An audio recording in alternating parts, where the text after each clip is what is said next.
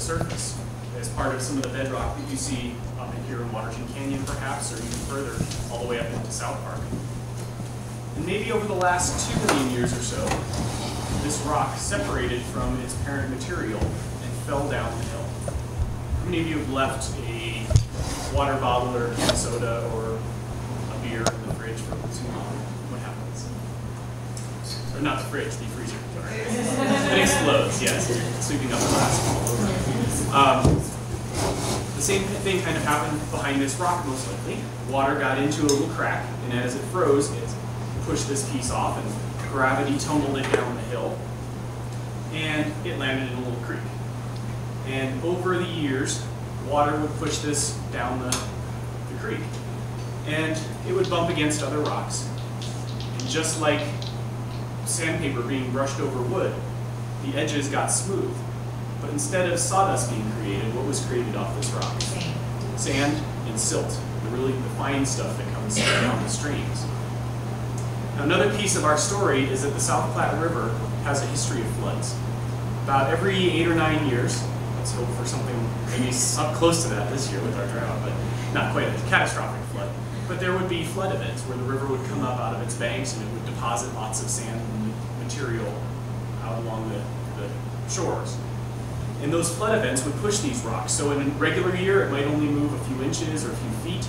In a flood year, it might move yards or maybe even a quarter mile or so, depending on how the water is moving.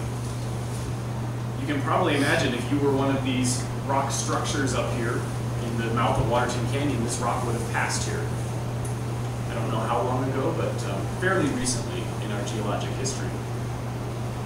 And that's where our rock started to do its work. In 1965 was a huge flood. There was a rainstorm down in the Castle Rock Larkspur area that fed into Plum Creek, which joins the South Platte here at Chatfield. And in one area they measured 14 inches of rain in 4 hours. All of that water channeled down into Plum Creek, and by the time it got to where our nature center is, they described the river being 12 feet high and a mile wide. This little creek out there.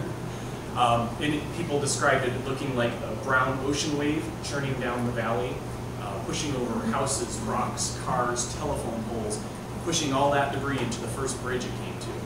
What do you suppose happened to our bridge? Yes. We estimate about 6 million pounds per second of water pushing against that debris dam. So that bridge collapsed, and all that debris flowed to the next bridge, and that one collapsed. Were any of you here in 1965 for that event? Did you get a chance to witness it? Yeah, I remember it very well. I remember one bridge structure had 4 mobile homes backed up behind it. A lot of people going out on the bridge to take pictures of it as the bridge is creaking and groaning. It sounded pretty amazing. They had actually had a plan for Denver to protect it from floods that needed 3 reservoirs, one on Cherry Creek, one where the Plum Creek and the Platte come together, and one on Bear Creek. In the 1930s, they built the one on Cherry Creek. They looked at Chatfield, and it had a $47 million price tag. Denver was a little cow town. They said, we can't afford it, it's not worth it. Well, on the night of 1965, the water in Cherry Creek rose 40 feet overnight, but there was no damage.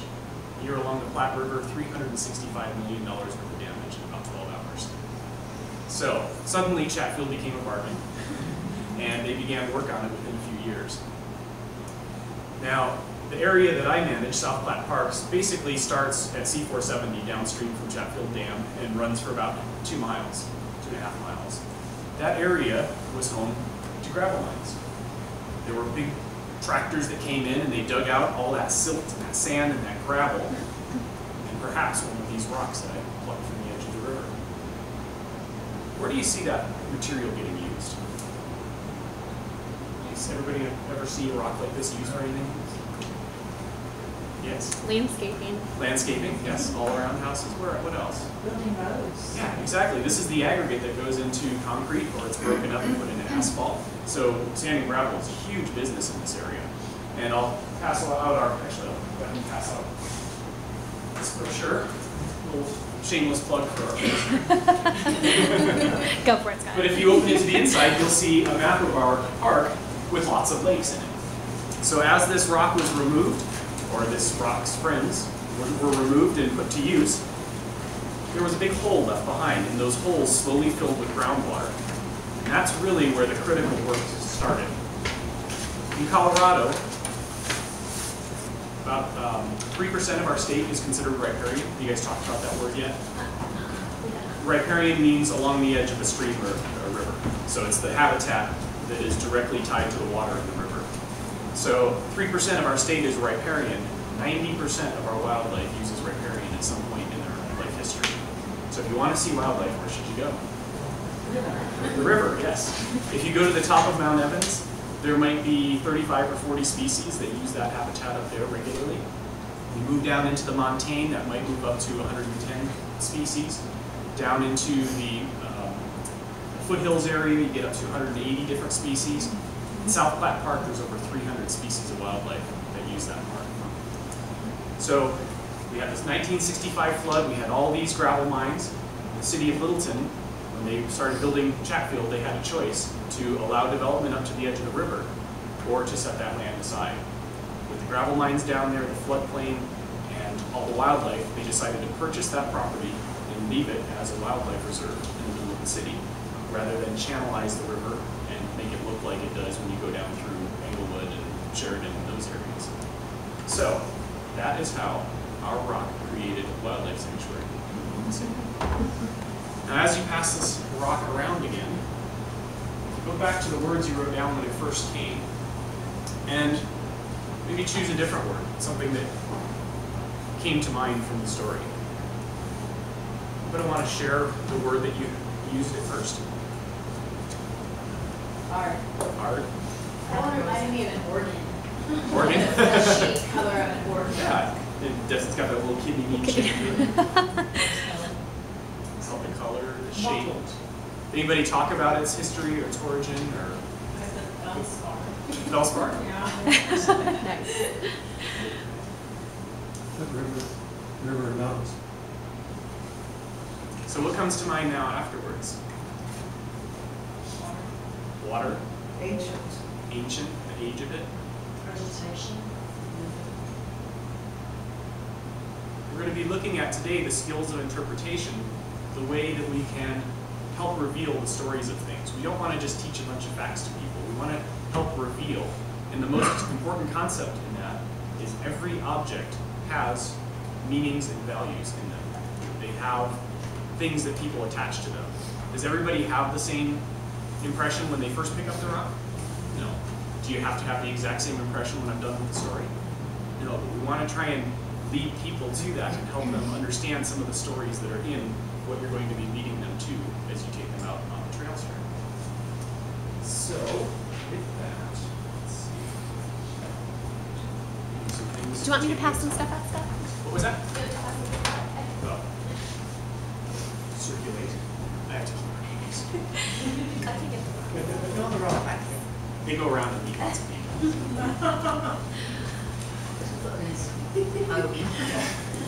So as Christine mentioned, I am the supervisor of South Platte Park. I have been there for almost 15 years now. It was a 2-year job that I was going to just get a little experience and move on, and just kind of fell in love with the place. Kept having opportunities there. But one of the opportunities was to get trained as a certified interpretive trainer through the National Association for Interpretation. That's the parent organization that kind of puts all of this together. You are getting about 4 hours of a 32-hour course. Hopefully it's the most interesting 4-hour activities, but if there's anything that you're wanting more of, our next class, and I'll plug it a few times, but it's the 12th through the 15th of March. It's a Tuesday through Friday, and we've got already 6 people signed up, so it's definitely going, but we've got people coming from Alaska, from Nebraska, Oklahoma, all over the country. So it's pretty fun to be involved with that. And let's see. I also just wanted to mention, Yep. Scott's going to be back here again in March doing another segment of his presentation. So if there are things you guys feel like you need more of, please let Christine and I know so that we can talk to Scott and let him know if there's something like, oh, I feel like I need to go over this one more time, or here was something that made me think about during his training I'd like to know more about. Please let us know so we can talk to Scott. Excellent. So we go ahead and advance to the next slide here.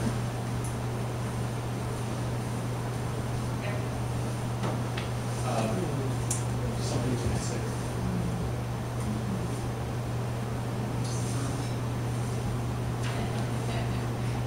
into the history and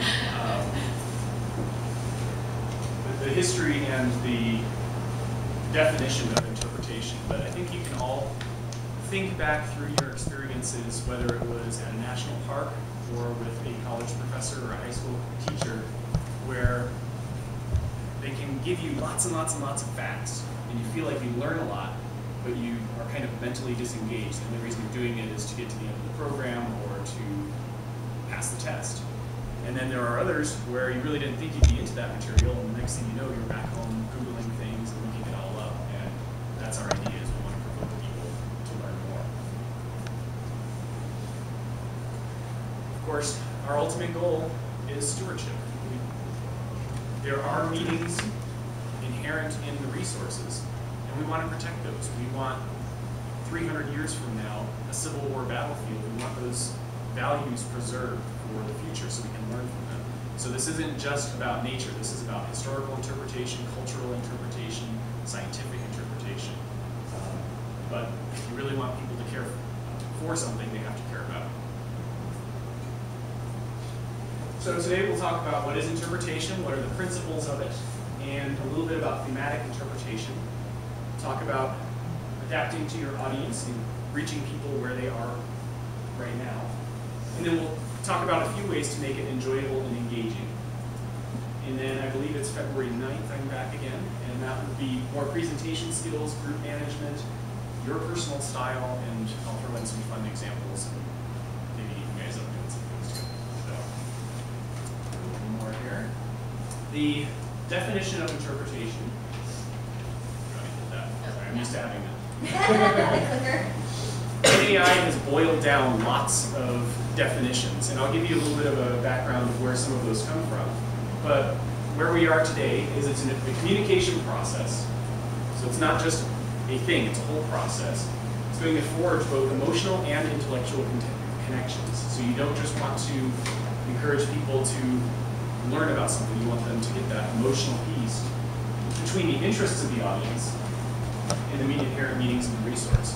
So somebody in our audience here, if you worked for an aggregate company, you would have a different perspective on these, and I want to try and touch your perspective, that all the jobs and all the industry that's tied to the rock, whereas somebody who likes to go out and walk with a 5-year-old down by the edge of the water and they like to throw rocks has a very different connection. So we're trying to find those interests and connect to those. So what is interpretation? It presents multiple points of views. So it's okay to look at things and say not everybody agrees on it. How many of you are involved with the Chatfield reallocation?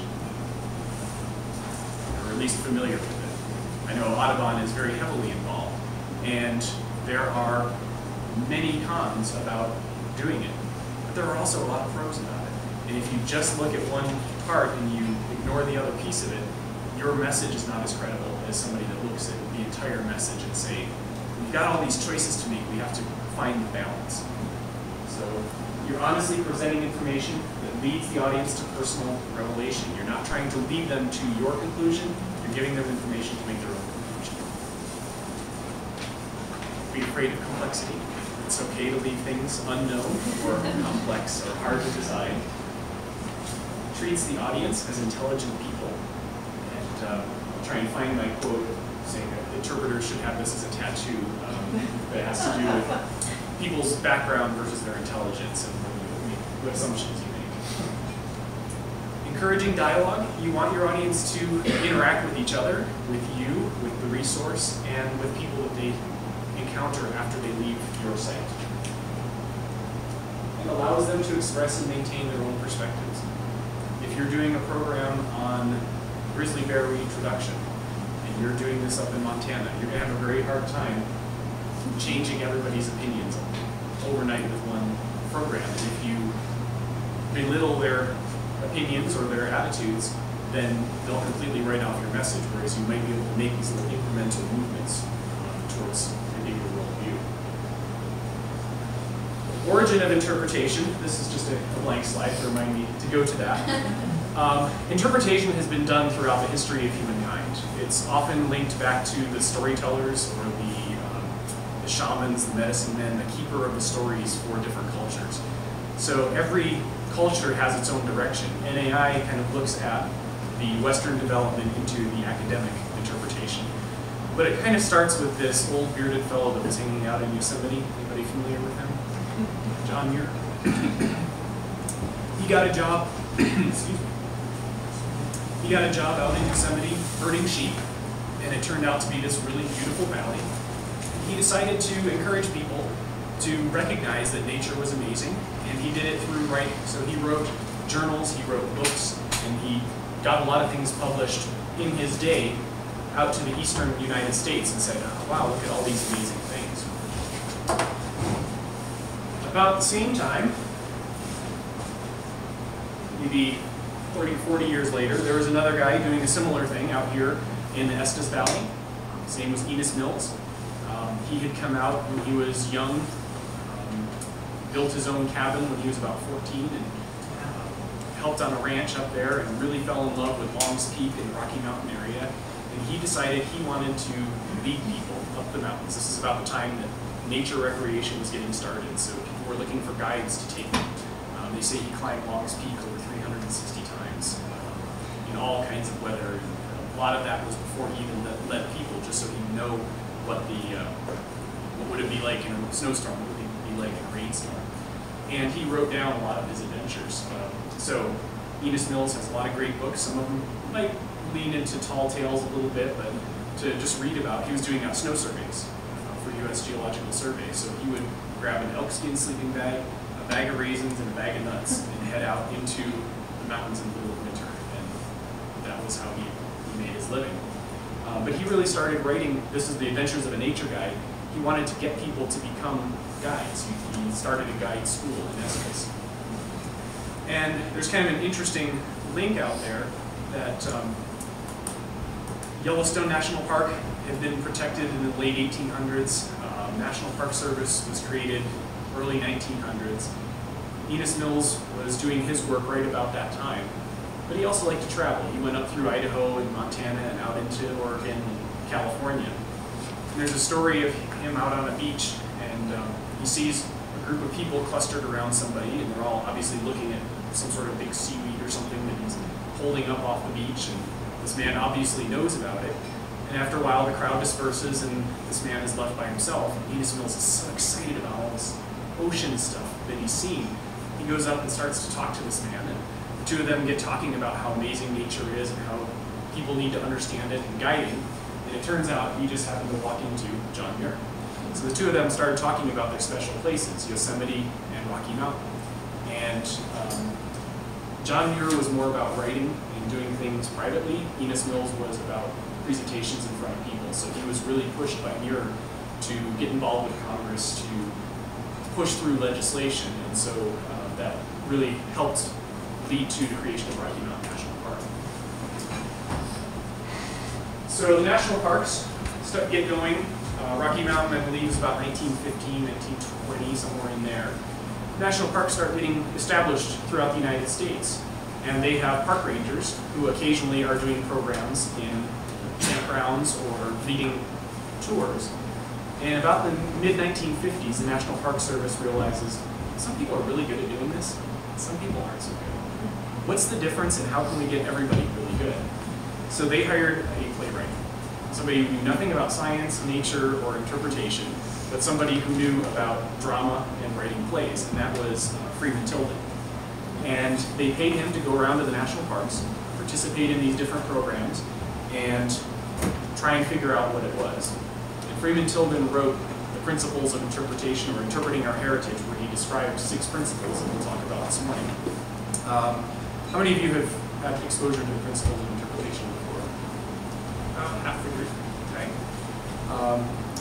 So he kind of put these down into writing and published it, and that became the basis for the National Park Service training. Mid-1970s, in Yellowstone National Park, there was a school teacher who would do his school year, and then, I believe out on the East Coast actually, and then he would go to Yellowstone and spend his summer being an interpreter in Yellowstone. And he wrote a little book, Interpreting for Park Visitors. His name is Bill Lewis. Actually, I believe he's still alive. He's in his early 90s now, but he wrote just a very quick little read about ways to do interpretation. These are all resources that you might want access to. The 1980s, any of you grew up with flower children, sharing nature with children? My name does have a different spelling, and people always ask what's the origin of it. It's growing up with 1970s hippies. But I was raised on a lot of the activities in this book. We would go out on nature walks and do a lot of these activities. But this is Joseph Cornell. And he still teaches workshops all over the place. But they're very much how to get people to touch nature, to experience nature. Very quick, simple activities that you can incorporate. We have that at the office. If anybody wants to borrow that book, we have it at the office in our library. And then, of course, universities realized they could start making money off of this, so they started creating programs about it. Probably the next good resource would be Sam Ham. It's a real person. That's not Dr. Seuss. And Sam Ham is a professor up in Idaho. He wrote this book probably late 1980s, early 1990s, but its intention was to be for park rangers in Central and South America who had very, very limited resources. So perfect for small nature centers like ours. It's how to do things very inexpensively. So rather than doing a $500,000 exhibit in your parking lot, how could you do it for maybe $200? So his first version was actually in Spanish, and then environmental interpretation came out with an English translation. And the first two chapters of this are recorded reading for any of my new hires. Just talks kind of the principles of interpretation, thematic interpretation. And then when you get into the later ones, it's how to put together a slideshow. You guys familiar with, you remember those? So it's a little dated, but still very good material there. Last two I'll mention in this development of this field. Cable and Beck, The Gifts of Interpretation. These are a couple more academics, professors. So they've got this one, which takes the 6 principles and expands on them, makes 15 principles of interpretation. A lot of them kind of duplicate, they're mixed in with the original 6, but they might expand a little bit. And they also have a textbook that interpretive classes use these days. And the last one, I still have the binder version, but they just came out within the last 8 months or so with a fully published version. But it's Meaningful Interpretation by David Larson. He was a trainer with the National Park Service. He passed away about 2 years ago. But it started out with a bunch of little pamphlets and booklets that he put together, and then just finished it as a bound book recently. But this is a lot of the training that's used through the Harpers Ferry Training Center for the National Park Service. So those are all resources that bring us to where we are today, which is interpretation in parks, zoos, aquariums, museums, all kinds of places. You guys ready for the meat of it? If you are looking for places to record, let's see, you've got your booklet in front of you. Are there extras of those that I passed around? Yeah. Just have one so I can offer page numbers and such. So we're actually, I think we'll kind of work through these one by one and divide up into the tables. I'd like you to try to put each of these to use. So I'll describe it a little bit, I'll give you some objects, and I'd like you guys to think of some ways that you can make this come true. So this very first principle, any interpretation that does not somehow relate what is being displayed or described to something within the personality or experience of the visitor will be sterile. One of the things we like to do to help you remember is boil this down into one word. What's one word that can sum up? What are you trying to do in this first principle? Interesting. Relate, I think, is the key there. The very first thing is, how do I relate this to somebody's life? So on your sheet here, I've got the principle written out, number 1, but then under it are a few points, and those are basically a summary of the chapter that Freeman Tilden has. He has a chapter on each of his principles. But the visitor doesn't want to be talked at, is talked with. They want to engage their own history. They don't just want to sit there and listen. You guys have to. The visitor is also unlikely to respond unless they're interested in your subject. If they have no interest in it, there's no test. There's no requirement for them to stay at your hike. they may follow along because their wife's really into it or their kids are doing it, but mentally they'll be gone. So you want to try to figure out, how can I relate this to everybody's experience? So let's throw a few objects out here. Let's see. Okay.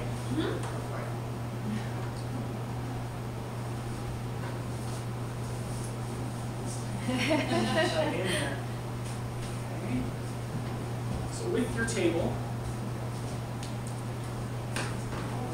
look at your object. Think about what you know about it, what's important about it.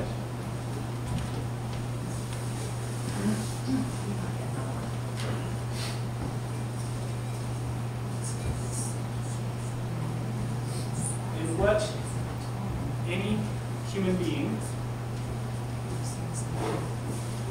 that you're likely to have come to one of your programs, what are they likely to know about this, or how could you relate it to something in their experience? Give you a couple minutes to. Have you got an idea what it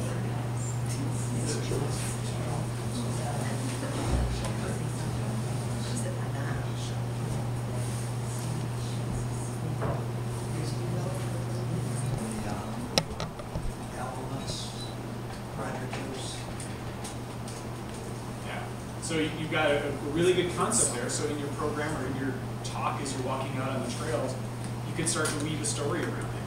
Can you imagine what it would be like if you were trying to raise your kids out in the middle of a big wide open yard and there's nothing to keep them from getting eaten, there's nothing to keep the rain off of them?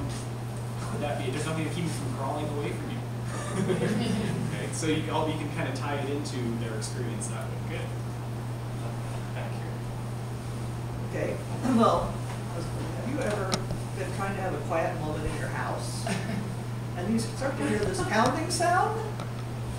And you go out and look and you see that there's a bird on your house. This is the feather of a northern flicker. And you see a lot of them in this area. And this looks like a flight feather because it's narrow on one side and long on the other, sort of thing. And also, you know, about a week ago, everyone wanted to get their orange on. This bird is definitely a Broncos fan. Yes, very nice.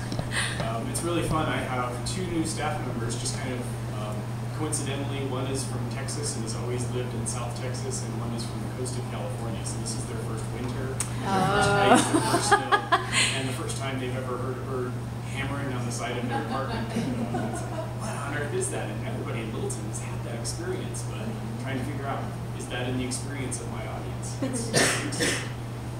to you. So we thought we could, with children, talk about doing something like this on your body with your key, how they run their fingers over it, they're really sharp. And then you don't have a tooth like this, and maybe you know someone else might even get into their dog or something. That tooth. An excellent way of relating to the family pet. Not everybody has a dog, but pretty much everybody knows a dog. The teeth in your own mouth. The concept we're getting at here is a lot of times somebody who is first put in the role of being a guide without much training would say, they find this and go, oh cool, this is an Oriole nest. They'll have 3 to 5 eggs and they'll raise them from June to August and then and then there's like, so what? So you pick up this, the first thing the kids will say is, oh, what's it? What is it? If you go to the answer right away, they've labeled it and they're ready to move on. Whereas if you provoke some questions, you could probably spend 15 minutes on your walk out there. Sometimes you don't need those 15 minutes, but sometimes you've got a group and you can't take them, right? So you can go into the predator, the prey. There's a lot of different directions you can go, but start by relating it to them with some questions. Our last one. We have the snake skin, which I think from indigenous cultures is such a vital aspect of transformation and shedding and growth. And I think that's a thing that can be taken along the trail because you can see trees and even flowers dropping their leaves as they prepare to move into the cycles of degeneration and growth out of that. So, I mean, that's what I think of when I see this, is how do we grow and evolve, what do we shed, and how can we see that in our surroundings?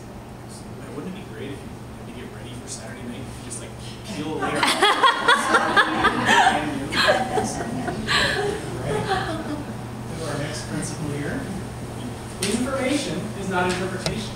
Interpretation is revelation based upon information. So, how could you boil this into a word? Epiphany. It's actually in there's a word in here you can choose. Okay. Or a variation on revelation, and if you want to make it an active word, Ah, reveal. Yes, we want to reveal things to people. You don't just want to give them that information. So let's have everybody rotate your objects one table. We'll go counterclockwise here.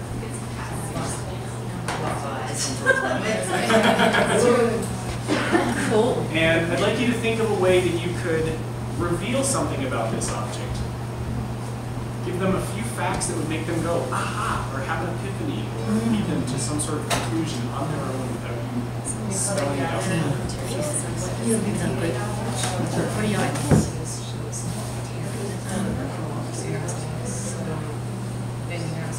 What's the question? To reveal. So without telling them, oh, would one thing be this useful? What use is it?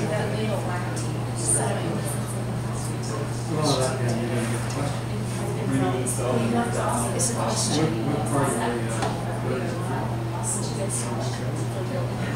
But is that too direct?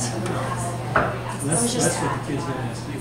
Yeah, well, You're the interpreter. So I'm not saying what I would say. I'm just but if we want to putting reveal. out reveal something. To relate. Okay. So, They've got a question in mind already. yeah. So,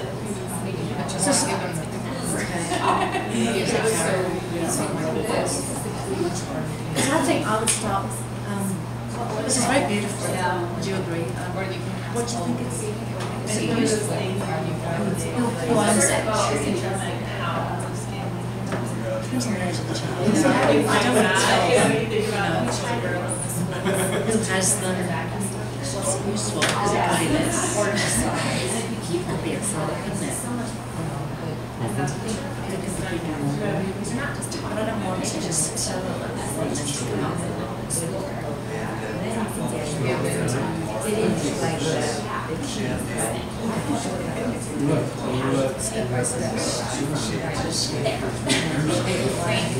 Okay, so there's no middle. So there is no middle. So do you like it? Is it pretty? I think it's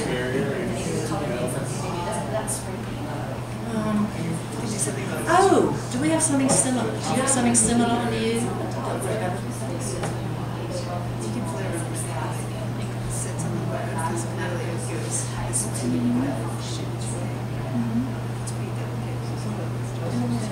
But you have something on you that's got a similar function to this.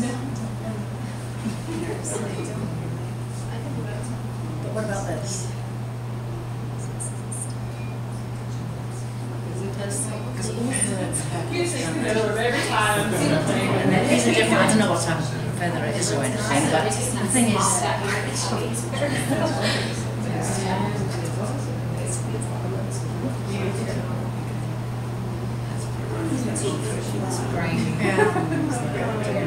to reveal it. Well, that's what I would think of. Oh, let's look at it. Start to bring your groups Is it, in. do you think it's, feel it? How's it feel?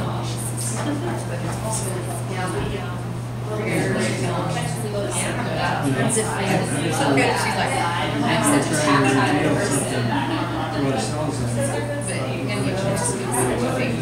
We're going to pretend we're it. We can pretend to be the kids. I don't know if I feel it. It feels like sticky. So it might be waterproof, you know. I'm just trying to, maybe it's waterproof and keeps that. What do you think? All right.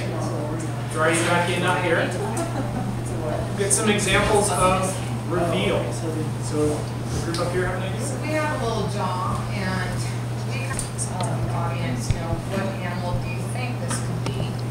And we get them to start thinking about it, and then kind of give them clues by looking at maybe the teeth. And so you would maybe say, you know, with carnivores, they have more of the sharp teeth for tearing meat and stuff, or with herbivores, they have more flat teeth. And then have them look at the teeth and then theorize, well, maybe it was a carnivore or something like that. Or we even thought about, maybe the age of the animal. Do you think it was a young animal or an older animal? And let them kind of theorize, and then give them a hint, that with a young animal, their teeth are still pretty sharp and fully there, whereas an older animal, their teeth are starting to wear down. So you can kind of give clues and make them think about it. Excellent. Yeah, leading them to those conclusions. Very good. Okay. How about your back table here? Well, we started noticing some characteristics about it. That's not just a feather, but there's a lot of different things about it that we're curious about. Color and how it feels. And sometimes it's a little sticky, other places it's smooth. And we noticed a lot of things about it. I mean, at first glance, somebody walks by and say, oh, pretty feather. But there's a lot more to it. When you start examining it, you begin to reveal a lot of different components about the feather. And you begin to make connections with what you've seen before, what you're wondering. I thought maybe what do you think it's used for? Some might say you can write with it, like in the old days. And I think it's pretty. Have you got anything that is a similar use to this feather? And they might come up with hair, and I was like, hair, and this is all birds have feathers, but I don't want to tell them that because it's spoiled. And actually, when I felt it, it feels all waxy, like waterproof. So that was kind of interesting because it's hard, but it was worth it. Kind of going back to the statement I made a little bit earlier about the intelligence of your audience versus the background. A lot of them, the kids that will come to your programs, they'll be able to look at this and go, oh, these are some sharp teeth, but they need to kind of be focused into it. Mm-hmm. They've got the intelligence to look that stuff out, but their background is very different. By the end of this course, when you pick up that feather, you'll visualize in your mind, okay, I can picture the bird that this came from, I can picture the colors, I can picture where it's sitting in the tree, how it's eating, and that's a flight feather off the left wing. Right? You might learn, you'll learn those kind of things through the classes, but for somebody without that background, they'll look at it and they don't have that picture to put behind it, so you're helping them build that picture. Excellent.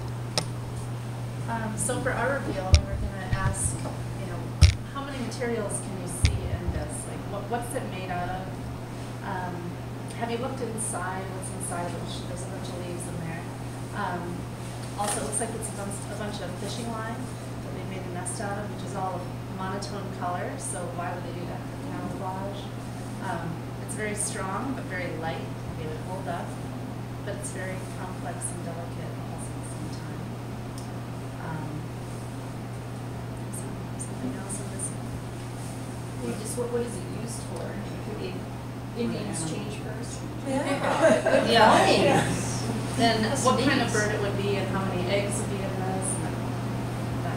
Excellent. As I was thinking through this activity this morning, I kind of had this revelation I wanted to share with you. As I was thinking, when you're out on a trail with a group and somebody picks up a nest, the very first instinct for kids is, well, that's the bird's home. Think about, what's the nest used for? Just having their babies. Birds are homeless. There are a few that have a hole that they'll go into, or a burrow, or something along those lines. Very few. But most of them are homeless. And so they have to have their bodies covered with these breathable plastic feathers to survive the elements every single day of their lives. That's pretty astounding. Awesome. Yeah. Tie those two things together. And I'd also kind of like to get to the point of wondering with them about how does a bird, we decided this is a nest and a bird made it once we get to that point. How would a bird make that with their bill? Wow. Yes. A very good reveal activity that a lot of programs will have is you get tweezers and a finger to make a nest. And that's the beak and one foot. Your other foot's holding on, and you need to weave something together using just tweezers and a finger. So. That sounds like fun. All right, who wants to take on that one? You guys can create that program. Even with 10 fingers, I can't. I think it balances out okay. Okay, how about the front here? For some reason, we all got stuck on this one, but the one thing we came up with was, they're talking about how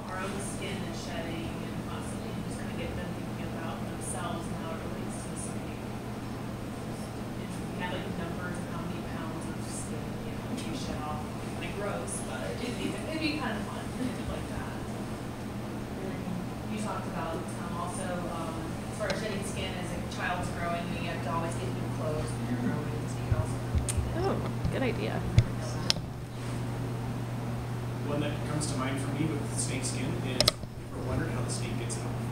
And then you can take it back to relate. Have you ever taken a sock off your foot without using your hands? And all of a sudden, oh my God. Alright, let's go on to our third one. Interpretation is an art which combines many arts. Whether the materials presented are scientific, historic, or architectural, any art is to some degree teaching. There's kind of two perspectives that I take on this. The first one is be artistic. Bring art into your program. Try to make it creative and interesting.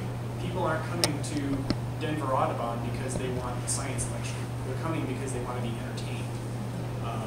So poetry, music, we'll talk about some of these a little bit towards the end of today's session, but there are ways that you can make it artistic.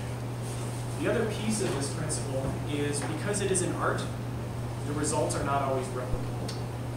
Okay, so a science, I tell you A, you learn B, you respond C. Every time it's the same for all people. That's what happens in a geology class, right? And everybody gets the test and you find out the right answer. With interpretation, you're going to put your perspective, your take on your program, and it's going to be different. Every single one of you did a program right now, 5 minutes on great horned owls. They would all be very different. You would have the same pieces, but they would be very different. Identically, if I present one program on a great horned owl, we're going to leave here with 13 different opinions of great horned owls. So you don't feel like they have to have your conclusion. It's an art. And I always, as I'm doing a program, try to keep in mind a picture of Monet or Picasso or something like that, where one person looks at it and says, "Oh my gosh, that's dark and depressing." The other person looks at it and goes, "Wow, that's amazing." That's kind of the direction you go with your programs. So you want to try and do art? Well, we should rotate our objects one more time. Keep going the same direction. We don't think of something different now all the time. How could you use art to illustrate this, or how would you present this in an artistic way? Oh my God, we can use art.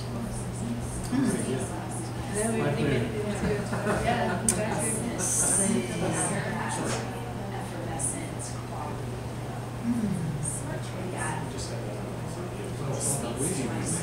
There you go. And the very good and single tone, which is the new tone. Very good. What we think.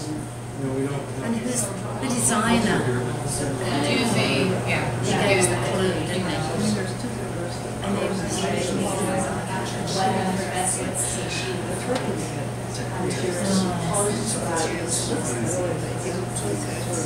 Well, artists today do the same thing. They use multiple materials. It's the inside as neat as the outside. Yeah. The inside is pretty neat. You know how we look at the tapestry? So it's and I heard they don't use this is they don't use the same. Maybe they take material from it. So maybe they stole the pattern.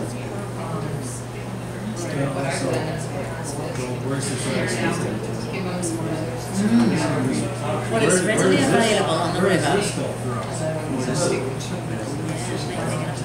So it's readily available on the river. This is but it's their skill, isn't it? It's their what would you call it when you're they're very dexterous. Yeah. Yes.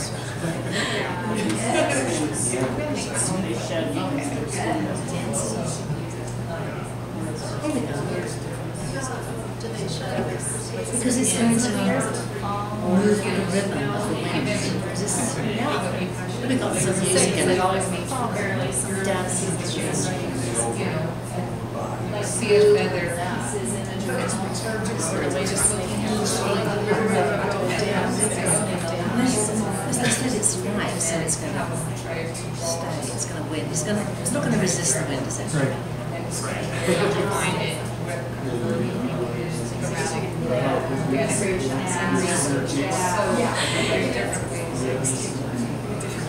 Good stuff. So weaving the basket. Yeah, there you go. It's an Easter bird. Have you ever seen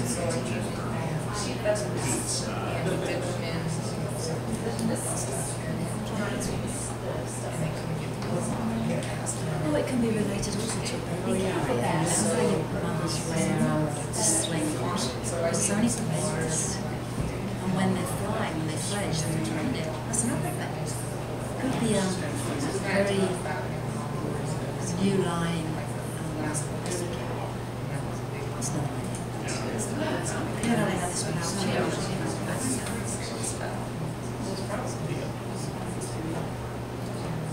is that artistic? Definitely fabric. Fabric is the fabric, single tone, woven. We know all that. They teach you the tones of kind of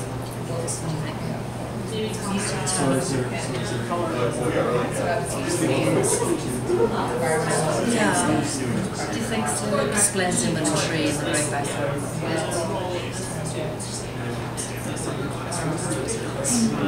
The shape. That's probably the shape design. Yeah, artistic. It's a bit creative. Or is it native? Yeah, it can be a native pouch. Who would approve? Yeah. Yeah.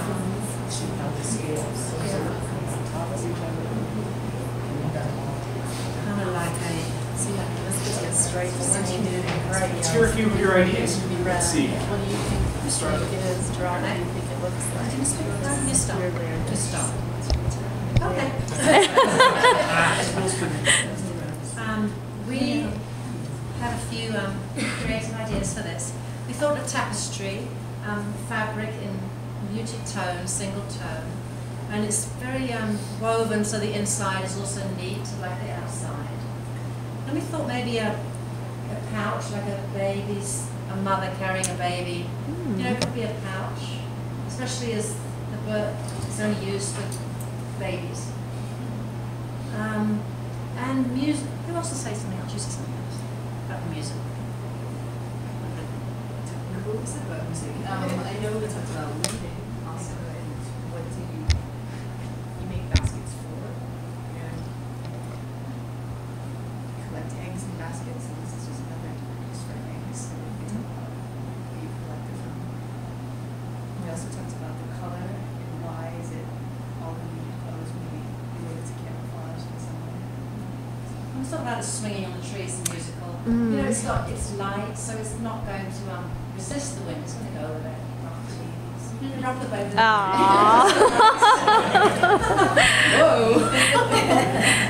And I'll do another little reveal, and next one, I won't give you the word for it yet, but we have one of those nests in our collection where the birds used entirely threads from the blue tarps and orange tarps that construction sites use. So most of them are very well blended in, but we call that a bronco nest. It's almost entirely plastic material, so they don't always need the But yeah, giving kids materials, doing the arts, we can bring arts and crafts into a lot of these and try and do some things that way. What do we have in front here? So we have the feather, and there's so many things you can do with feather.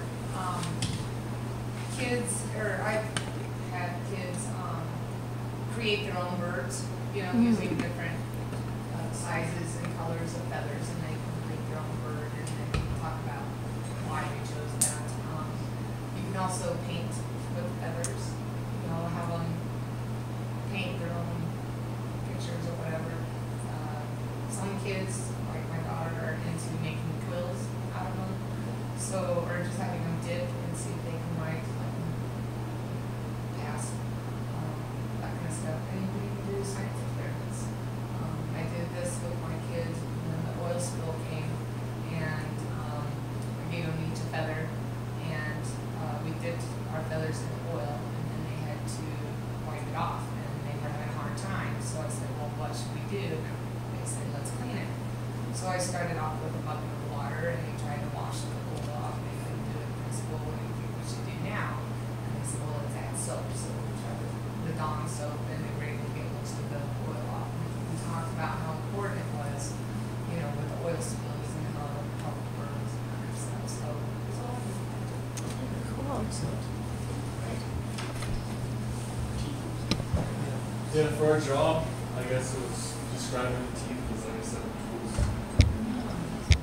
You know, specifically, just, you know, I guess related to kind of barber system processing. Grinding it up, yeah. Excellent. And so, yeah, I guess it's just like saying, like, oh, do you have similar teeth? Like, gee, what kind of teeth you can use for? Like, what would they be useful for? I don't really know what animals was. I said fox. That's amazing. But yeah, describe it.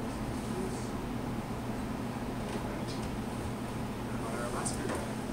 So we have the snake skin, and we really spent most of our time focusing on like our projects and stuff.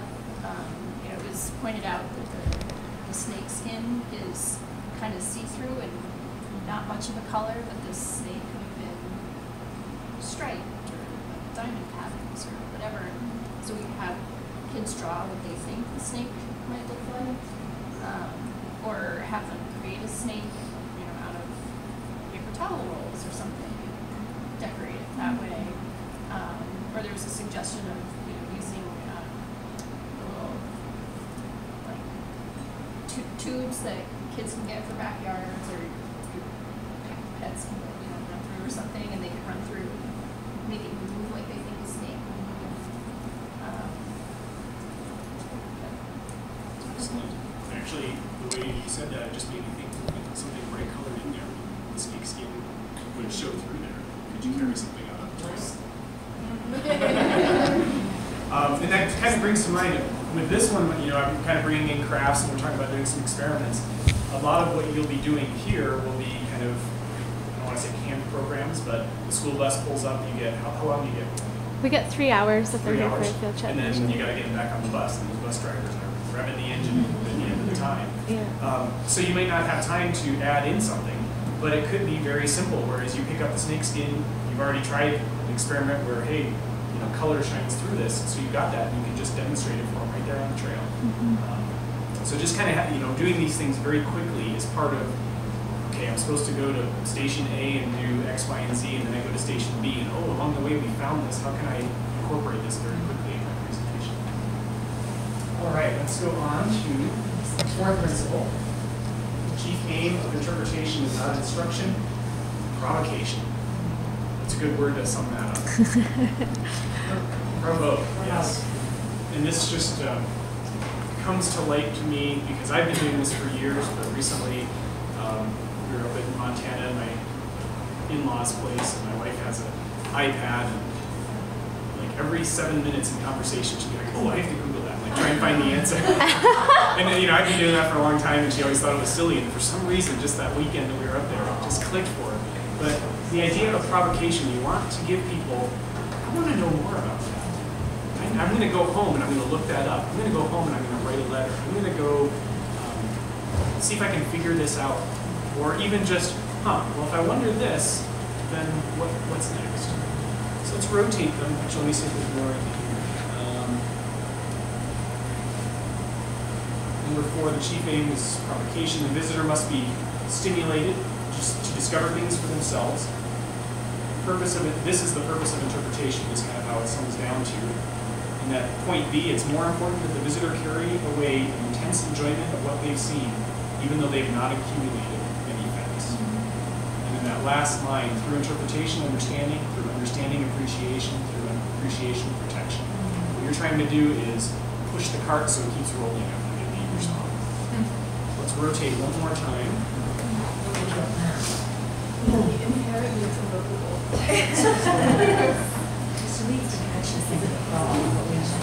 This is what can you provoke them with? Okay. We'll start at our last table that hasn't had a chance to go first. Well, we have the jog.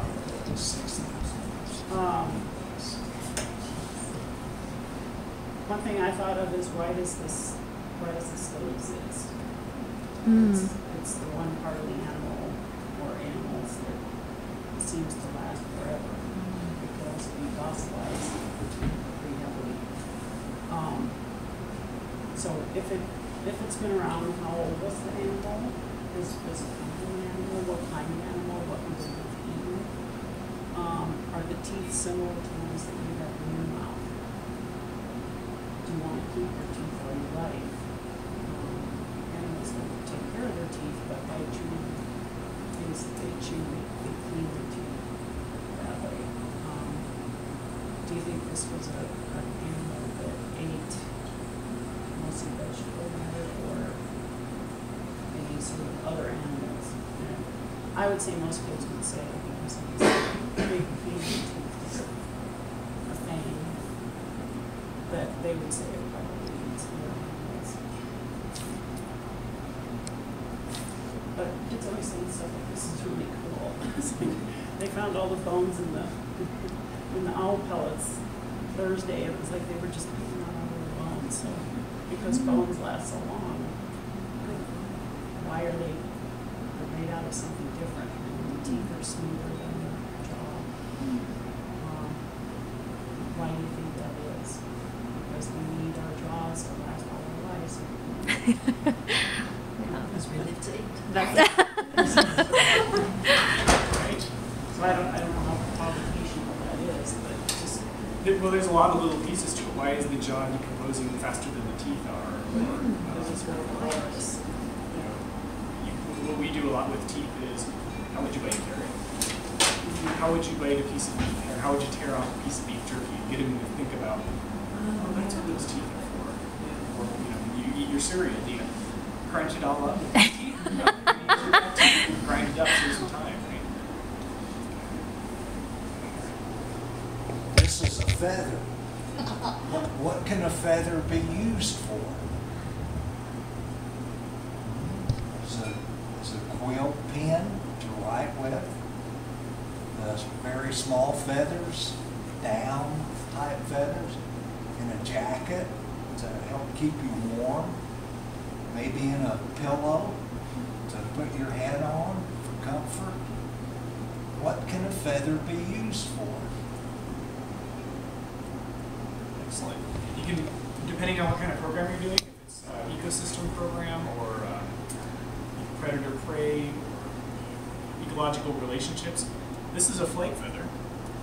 If we find one flake feather, what do you think happened? Maybe the bird shed. What if we find 3 of these? Or 4 of these in the same spot? Is that a good thing for that bird? And then you can get into seeing those relationships, seeing that story that happened 2 days ago or whatever. Up here. So, would ask, what is this? And sometimes someone see a nest, and then you might say, well, is this the type of nest that you typically see in your backyard? And then you say, oh, it's, see another nest that's sort of flatter nest, and you might say, well, gosh, what kind of bird would be using this type of nest? And look at what it's, and pass it around and say, well, what do you think this would be made of? And how do you think the bird would make a nest with these types of materials? And what's this? And just, there's these really good books in here. And what's that for? And so I think there's a lot of propagation that could be used for this. About this kind of nest. I think this particular nest, there's something very provocative that just kind of sticks out at you. Like how do they find the branch, and then how do they go about creating it? Or do they start from the top and work their way down, or Do it for round 1 and then go back, and then how does the species know to build it like that? How does that education, and is it the only species that does that, or are there other ones? If the babies never saw their parents build the nest and then they're independent the next year, how do they know how to build it like that? But I was thinking provocative, sticking out at you, it's fishing. When you go fishing and you get snagged on a tree, what do? Do you cut it and you put it in your pocket, or do you just cut it and leave it out there? How how do the animals interact with it? Because that's plastic. That's going to take years to break down. So you could start leading them towards that stewardship message that you want them to take home. And I want them to do something with this when they're out with their family next weekend. How do I provoke them to do that? Their snake skin. Well, I was provoking. I was doing this idea. Oh look, it looks a bit see-through. So I was doing this. So the colours do show through, and I thought, well, why is this? It feels papery. Why do you think it feels so papery? And I'm thinking myself, well, it's also flat and long. Why is that? Is it something to do with the sun and keeping warm? Because I'm standing upright, and it's not so much of me getting the warmth, because I'm thinking, this is cold-blooded. So why does the snake have this? Why does it shed? Do I shed? And we said yes, my skin is shedding, cells are falling off, but not like this. And I'm thinking, why? And it's lying on the ground. Does it need to keep warm from the ground? And does it need to have the light, the sun, to keep warm? So those could be provoking questions for me. What else? You said some other things. Well, I just think a snake provokes. We came up with 10 questions that I want to go Google. We were wondering how many times a year does a snake shed? Like, how old would the snake be? Is this a young snake who's going to be huge? How big is he now? Basically, when he came out of here, how big would he be? And then there's diamonds on the top, and there's kind of rectangles at the bottom. And we're kind of playing around with those ideas also. Excellent questions. Is that the bottom quarter of him, or is that 3/4 of him? Yes. Looks like the bottom course. I don't know, bottom. You could play a game with guesses how long do you think he was. Yeah. It's always fun when you find that little 3 inches of snake skin coming out of a hole and you start to pull on it. How long is this going to go? Principle. Interpretation should aim to present a whole rather than a part. It must address itself to the whole man rather than any phase. So the first thing I like to point out is this was written in the 50s, so you could say whole person. But again, this one has 2 pieces to it. The first one, kind of going back to your handout here, a tourist that comes to your program is going to have 3 limitations: time, absorptive capacity, and money. So you've got a certain amount of time to grab them and to get them engaged. So you don't want to give them just a piece of the story.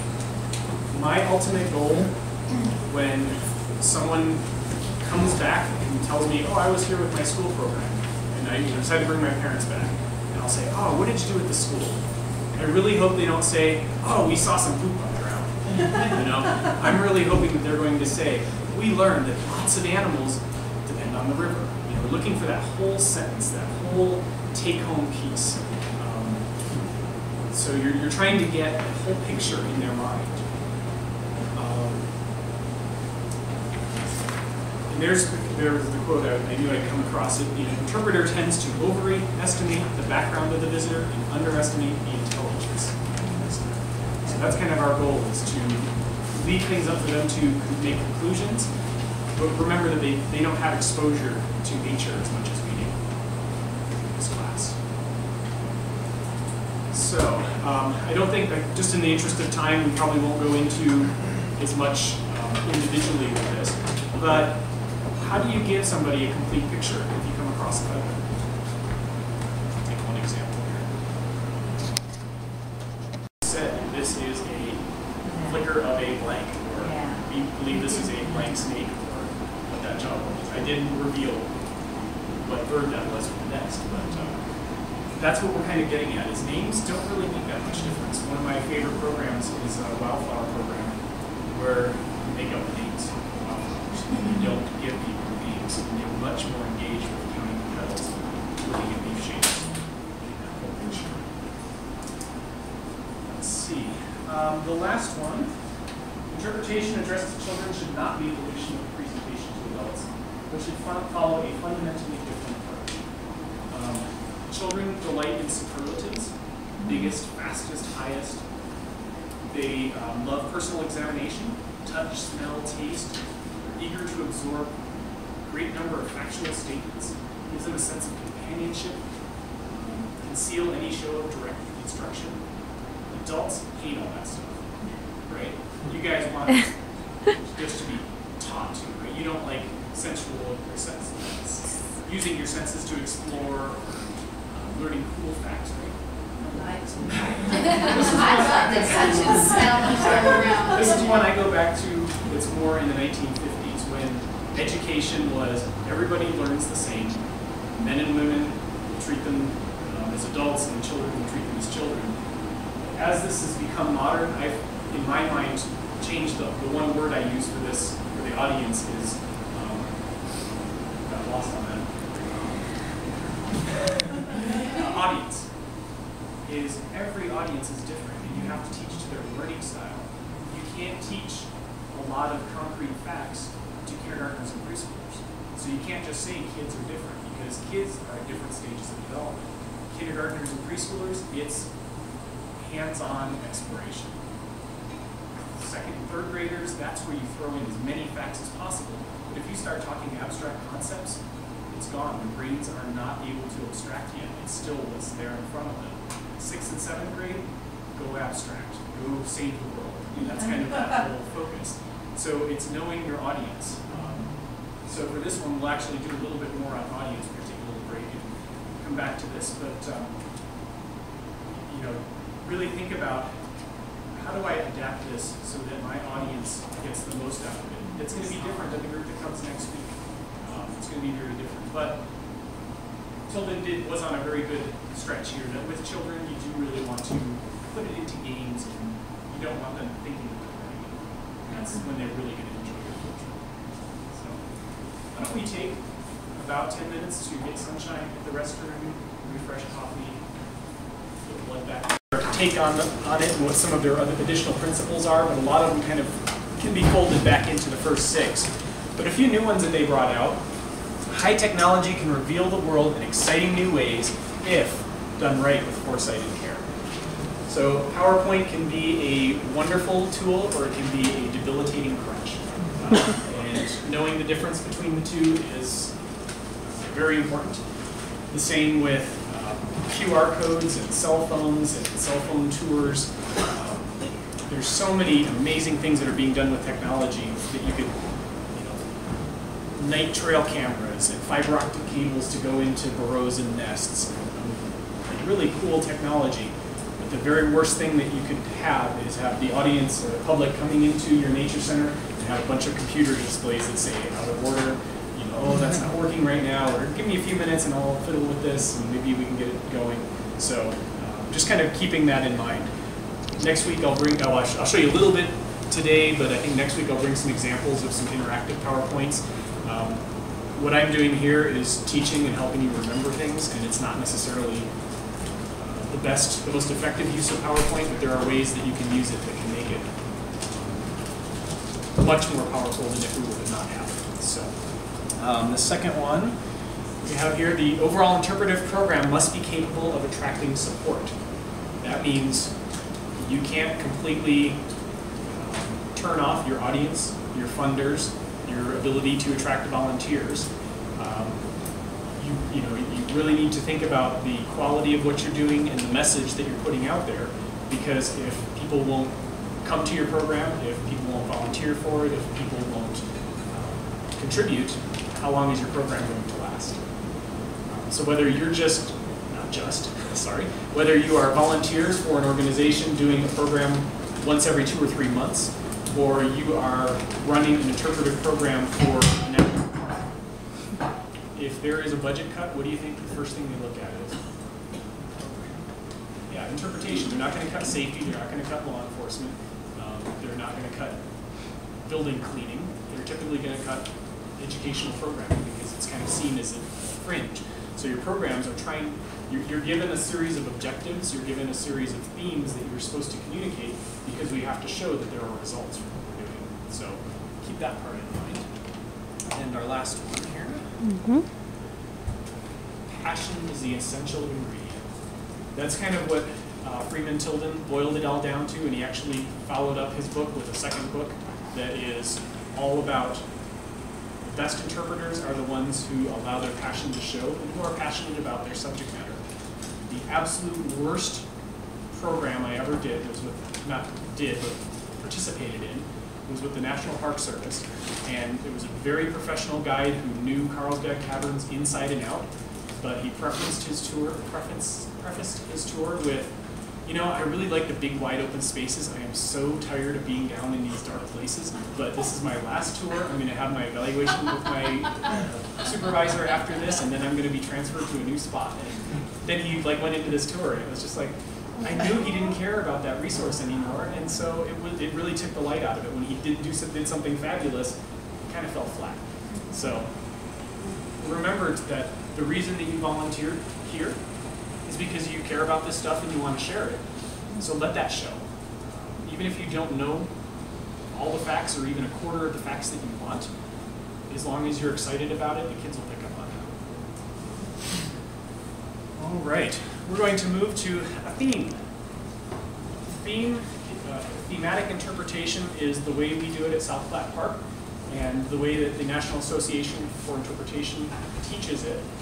And a theme is a critical message.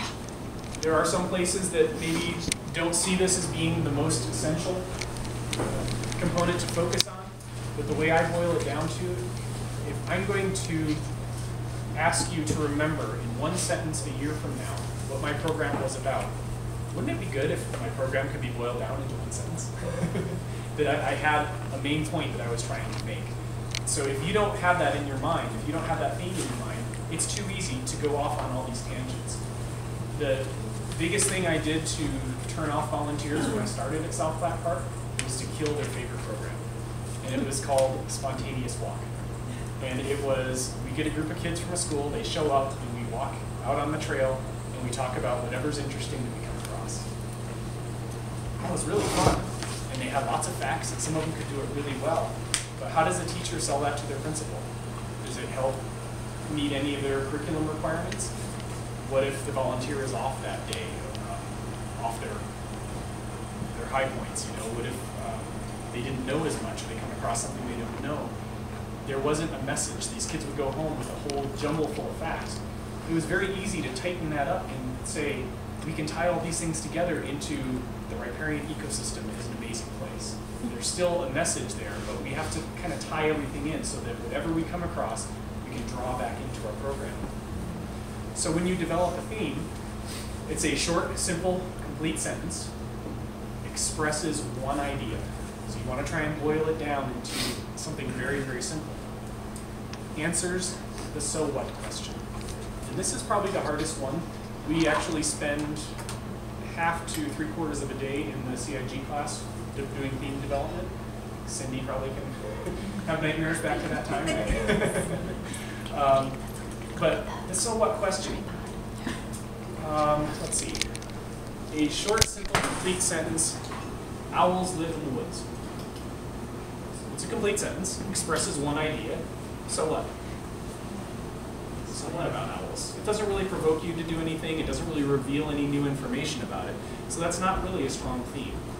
And then the next point connects tangibles to intangibles. We didn't really get into the vocabulary of it, but this is a tangible. It's a thing. It's an object that you're teaching about. The intangibles are all those things that we're trying to provoke and reveal. History, geology, friction, flood, catastrophe, industry, what else was in there? Survival, wildlife, politics. All those meanings are inherent in this tangible. So our theme is going to tie our tangible to our intangibles. This rock was responsible for creating a wildlife reserve in the middle of the city. Complete sentence, expresses one idea, it's got a so what, and it's connecting the tangibles to the intangibles. And the last one there, specific and interesting. Kind of, there were in this, the theme for this rock, there was a message that was specific and interesting. Provoked you to want to know about it. So, in your theme development, I think a lot of the programs you'll be doing, you'll sort of be given a theme. Is that a reasonable assumption? Yes. So we're not going to spend a whole lot of time today on theme development, but we'll look at a couple of themes. If you move forward, a fire quickly becomes a friend or foe of the forest. A couple things to watch for in a theme is where there's commas or ands. This one is trying to tell you a whole story, a friend or a foe of the forest. So it's not just saying fire is good for a forest, because it's not always good. But it's specific, it gives you a visual, it's a very strong theme. When we're developing a program in our CIG class, we spend 4 days developing a program that you present on Friday. You're actually doing 10 minutes worth. So you have a theme, and you can possibly talk on a theme for 10 minutes, but it helps to break it down into sub-themes. And these sub-themes actually work as themes, so I thought I'd throw them out there as examples. Managed fire consumes excess fuel and contributes to a healthy forest. So you know where I'm going to be talking. This is my sub-point. Go back to 8th grade composition class. You're writing a theme for your audience. You are arguing something to them, and you need some arguments, some sub-points to support that. So when you get your outlines for your program, look at what the theme is, look what the sub-points are, and see if you can adapt them that way. So let's see, let's hit the next one. Fire returns food to the forest floor and feeds the next generation of plants. You've got an and in there, which I said you need to watch out for, but this one works because it's telling you that whole piece, that whole story of fire recycles nutrition. You could just leave it there, but then it's not quite as interesting. It doesn't, that feeds the next generation of plants really provokes people and goes, oh, I want to learn more about that. Next one here. Plants and animals flourish where fire once ravaged the forest. This will be an important one for Cougar Canyon. Careless fires of mankind can still threaten future forest resources. That in itself is a provocative sentence, an interesting theme. You might be interested to go to a program on that. And you can see how they're building to this overall theme. So we're starting out talking about what a fire does, and then we're talking about another role of fire, and then what happens after fire. Careless fires of mankind, that's something that we might need to have some stewardship message. We're all going to tie into that. More there, or is it the last one? It's the last one. Okay. Questions about themes? I know that's very, very brief. First 2 chapters of Sam Ham are very good introduction to that. If you're walking along the trail and you're doing, what are some of the programs you guys do? One of the programs is called Habitat Exploration. Okay. Do you want me to know give the you a theme little off the bit top of your head? It's just like asking somebody, what's your mission statement? I mean, the main concept behind habitat exploration is getting to figure out what animals are living in this area and what plants are living in this area. So it truly is an exploration of the habitat in terms of we go and we look at aquatic invertebrates down in our pond. We do a riparian hike along the river. And we sometimes do an invertebrate exploration to see what insects are living here, but it's looking at the Chatfield Basin to determine, we're going to different habitats within our nature center and looking at what's there and what life cycle might they be in. Is it the current one? Excellent. Okay. So you're walking along doing your habitat exploration program and you come across this nest. Do you need to have a theme to talk about this nest? No, you don't need to start something new, but how can you tie this nest into your theme? That one's pretty obvious, isn't it? This is an example of an animal that lives here. I'll give you a clue if anybody ends up interviewing with me down the road someday for an interpretive job. I do an activity where I put out a bunch of objects and I say, here's the program you're doing, here's the theme you're doing, here's some objects that you might come across, show me how you would work with the kids. And a lot of times it's shotgun approach. Oh, here's a piece of jaw from some sort of a predator or maybe an omnivore, here's a nest, here's a feather, they give you some facts. Okay, I think I did pretty good. We move to the next question. And it's, how do you tie those things together? How do we talk about the predator? How does that tie to this nest? How do they connect to each other? There's something that we call the teachable moment. That is where you're looking at the aquatic insects down in the water, and you scoop up the pond full of mud, and the net full of mud from the pond, and you're looking at it, and there's a little squirmy thing, and a bald eagle flies overhead. Now, the worst classroom teacher is going to be like, no, don't look at the eagle, look at the mud. This is really cool down here in the mud. You're losing your teachable moment.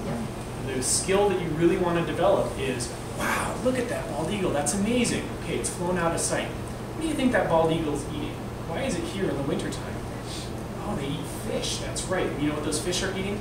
Aquatic insects. Let's look back in the mud and see what brought the bald eagle to this park.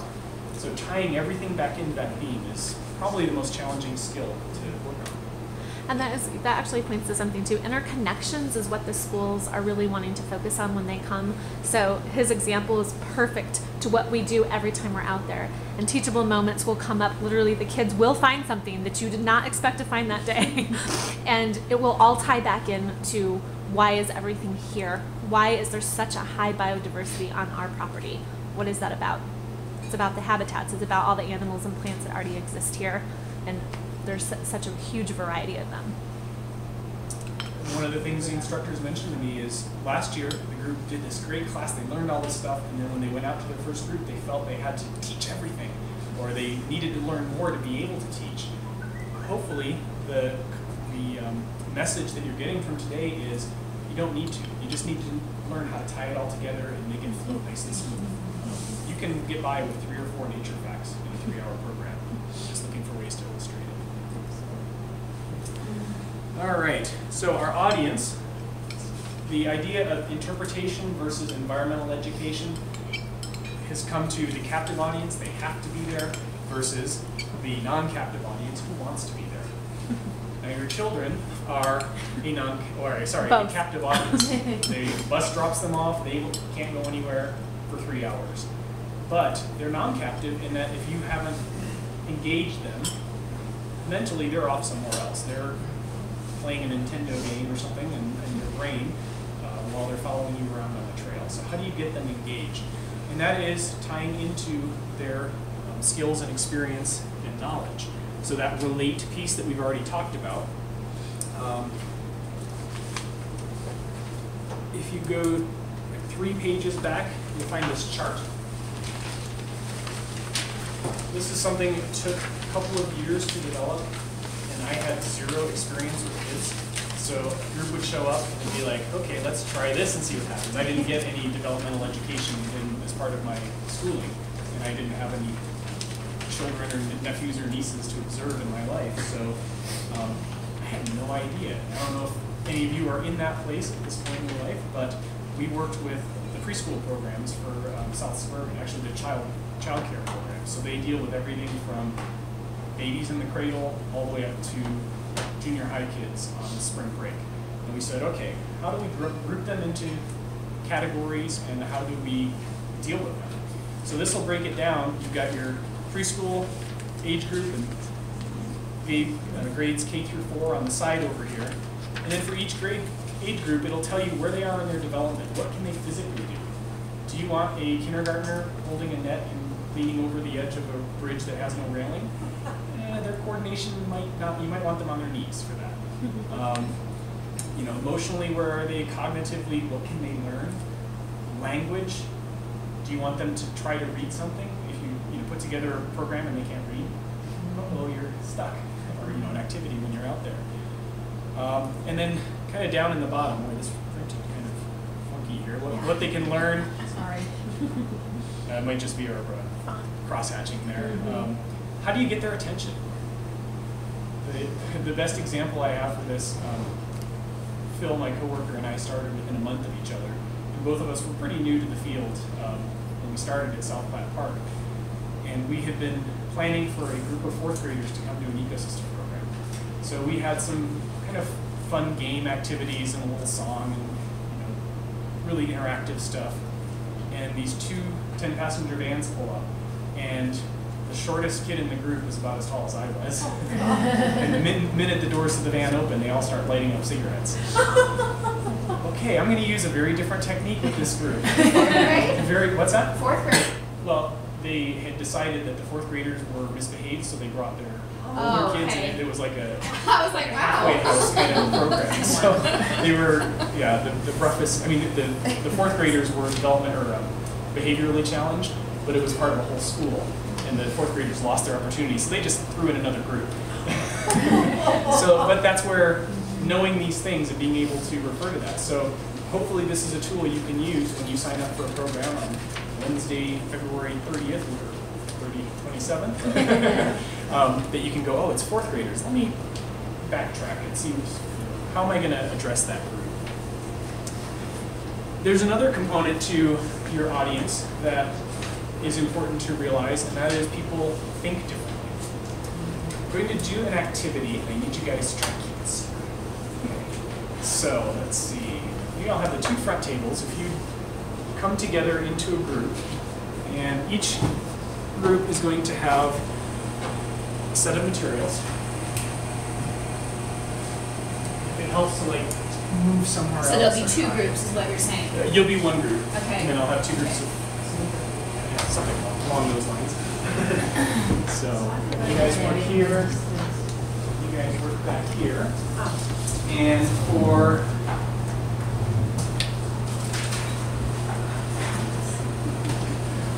the front group, here are your instructions, and please try not to look at what the other groups are doing. There should be one for everybody. For our next group, here are your instructions. For our last group, you have, and I would like you each, when I say go, to create. We're creating it together? Yeah, you kind of work together and. Why don't you guys just pull your chairs over there? And you guys can move around. There you go. So that that's Very, very detailed, exactly which direction and how much to do of each thing. But they very have no- confusing nonetheless. They have no goal in their mind. With our middle group here, they only had pictures. So it didn't really describe the lengths or the step necessarily, it was just the picture. And in the third group, they were trying to duplicate one that was already in the box. Oh, that's what you wanted? So yeah, hold up your bring it nice and tall. Look how nice that is.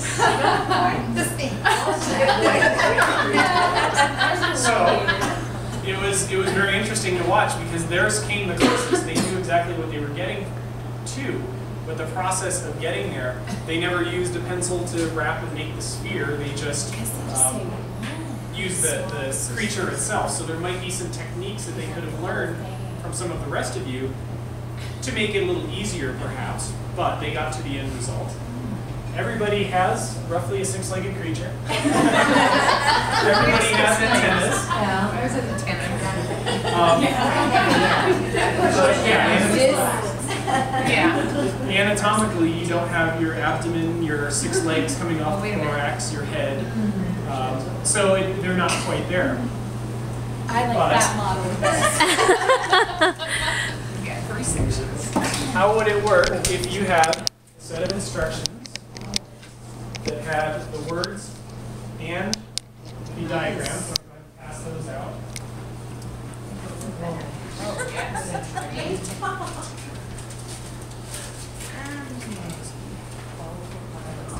That would have helped a lot. Number 2.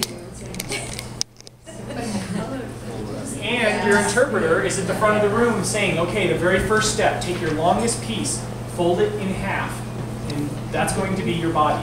Now, you need to take your shortest brown piece, wrap it around a pencil just like this, and slide it onto the body. How much easier is that? Oh, much. So, different learning styles. There are people that come to our classes that if you show them something on a whiteboard or you draw it out for them, it doesn't work. They want the words. They want the story in their head. There are other people, if they don't touch it, it means nothing to them. My son would not be able to do either of these activities, but kinesthetically, he'd have it done in half a second. So that you've got your verbal learners who use the words, you've got your visual learners who use the picture, and you've got your kinesthetic learners who have to do it. Every class that steps off a bus, there's going to be 2 or 3 kids that stand up next to you, and they're going to grab everything right out of your hands, and they're going to be in your backpack and all of that. They need to have their hands on in order to learn, and you need to give them those opportunities. When my brother and I, very, very different learning styles, he buys a brand new camera, he reads the manual cover to cover before he even unwraps the camera. I use it for about 3 weeks, and then I go back and look at the manual and see what I missed. So, and you know, we both are missing a lot of things on them, but most people have a stronger learning style, but every group is going to have a mix of all those styles. Typically, humans, Americans, are about 70% visual, and then maybe 15 to 20% verbal or kinesthetic, each of those. But you want to try and mix those all in. That's principle number 5, teaching to the whole person. What are some other, I guess you can return to your seats and your notes if you need to. Do you guys enjoy that? Yes. I just need to get my one demonstration back at the end of the time here, but you're welcome to keep your creations. What are some other considerations that you should have for an audience? What are some things that you want to keep in mind as far as what people can and will do? Maybe if they're hearing impaired? Yeah, excellent. So the different types of groups, Audubon apparently is working with a group of autistics at an autistic school. That's going to be a very different audience and a set of skills and a set of activities. We are very closely tied with the Colorado Center for the Blind. We usually do 5 to 6 programs a year for them. Very different programs. So knowing people's abilities and skills. I think that one of the things the activity really drove home with me is, especially when I saw what they had, is begin with the end in mind. Yeah.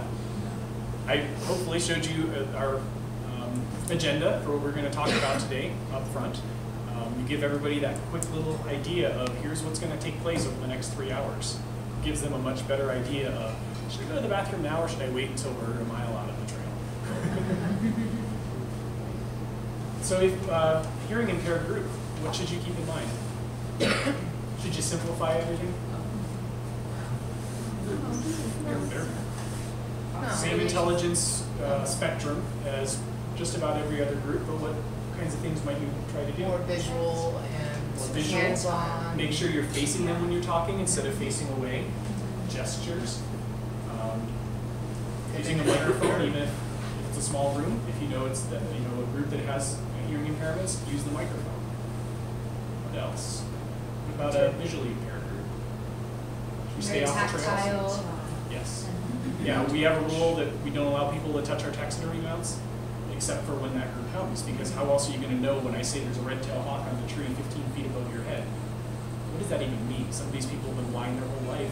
If you've never felt a red-tailed hawk, what's your concept of it? There's no picture, there's no diagram. You can maybe feel a little sketch of it and say, okay, it's like, or emboss something, say it's like this, only bigger.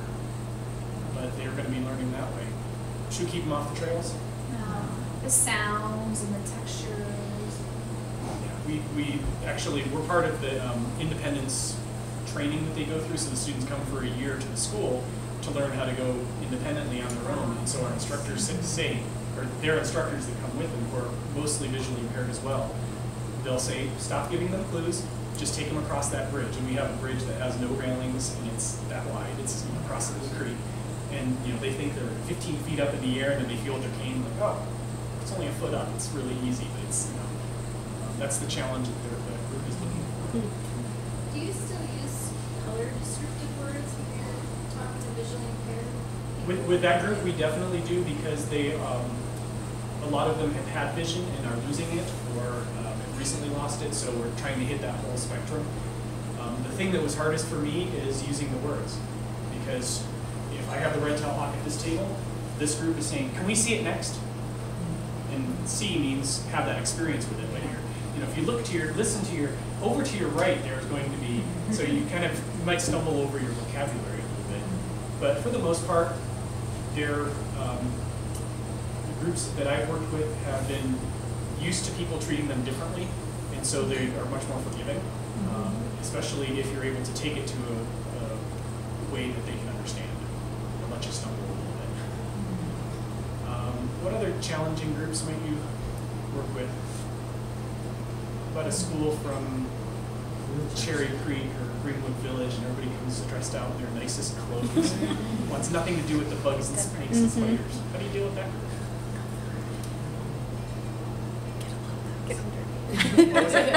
Like get them dirty. They get a lot of That's what I person. They'll find something that they are passionate about. Often the groups, they know everything. I've had some groups, nothing excites them because they've been on so many programs. That's so hard. My favorite group to work with is the inner city high-risk schools, because those students have had such little experience with nature. They're fascinated by everything. Those are suburban kids. It's like, I've been catching crawdads since I was 2 years old. Whatever, here, look. Yeah. So yeah, they're not quite as rewarding necessarily. Am I making stereotypes? If the chaperones are all wearing high heels and they come to my program, am I stereotyping them? Yeah. Is that okay? No. Sure it is. The human brain requires stereotype. There's no way you can look at a group and not make assumptions about it. But am I discriminating against them? No. That's the key, is make the stereotypes. You can assume that people from this school or from this economic class or with this disability are going to have these generalizations, but don't limit them to those generalizations. Be ready for them to surprise you, be ready for them to go a different direction, be ready for them to be way, way smarter than you'll ever be in your entire life. But you have to make stereotypes. You have to prepare for the mass, the bulk of your group, but don't treat them any differently. So that's kind of what that all boils down to. And just to put something out that the teachers have been telling me a lot from school districts around here, we work actually with a lot of wealthier schools. That's who can afford our programs. And the surprising thing is that a lot of the kids haven't actually been outdoors. Not as much as maybe some other kids might have been. They don't spend as much time outside. And so we might assume, because they come from highly educated families and they come from families with money, that they've actually been outside and been in the pond and picked up a crawdad. But actually that's not the case. What they're finding is a lot of the teachers, with all the technology that we have, the kids are staying in the house on the computers and their iPods, and they are very techno advanced, and they know a lot about that, and they can look things up and just snap with fingers. But in actually experiencing it, and that surprised me, because I came from Seattle, where it was both. They were techno advanced, and all these kids had already been outside, and it was very similar to what Angela said, which was that how do you give them a new experience when they've already done all this stuff with their parents and they've gone backpacking and they've been, so that was a little bit trickier there. And here, they're actually not, and they are pretty engaged when they're out here. So. With the group, who likes to have the right answer to a question? Just a few? Okay, everybody. You can use that group and have them teach you, and you can synthesize their information during the program. And they all feel really good about helping you out with that. Two kind of quick audience stories. One of my favorite stories, the Denver Zoo and Division of Wildlife, Colorado Parks and Wildlife, used to have a program called Win-Win, Wonders in Nature, Wonders in Neighborhoods, and they would have a grant where an inner city school would have a science instructor go to the classroom 3 or 4 times, then they'd come out on a field trip. They were having troubles with a couple of schools in particular with attendance on the field trip days. And they did a little bit of research. They found out there were mostly Vietnamese and Cambodian students in the school. And the parents grew up where if you leave the known village, you're walking into booby traps, snipers, ambushes, things like that. So they were very uncomfortable with the idea of a dirt trail in the forest. So Win-Win actually paid to have all the parents come on a field trip, and they showed them nature in America is safe, and they were much more successful in that school. So knowing that socio-economic background or cultural background. And the other one was you mentioned with the students and their experience. We do interviews for some of our summer camps where we have them overnight. And we'll ask the kids, what's your favorite thing about being out at night? And a lot of them will say, I don't know, I help carry the groceries in at night, but we never go outdoors at night. These are the kids you want in the program. It's surprising though. Yeah. Great. So I think we're going to move on to how to make things enjoyable, and this is the version. I moved this into session 2. So Oh, okay. let's- another one. There. Okay. How to make it enjoyable. And in your packet, you go back from your chart towards the beginning again. Interpretive tips and tricks. This is taken with permission from the author, Sam Ham. And a lot of these are listed in here, but I'll also offer some other ones that you might want to insert or make a note in the column. But the very first one is smile. You are having fun out here. The only way you can communicate your passion for nature and your enjoyment for this group arriving is to show your smile. So relax and enjoy it. Our second point, and third point. No, I think it's, somehow this is not the final version. But, That's okay. use active verbs. Let's see, the pond provided safety for the frog. The pond provides safety for the frog. Is that a really good, strong visual for you? How about the frog jumps to the pond for safety? Better. The frog leaps into the safety of the pond. You got a visual, you got a story happening. So look at your language. That's probably the last thing I do is I'll develop a program, I'll think of all the ways I want to say it, or I'll write a bunch of interpretive text, then I'll go back through and go, wow, that's passive tense.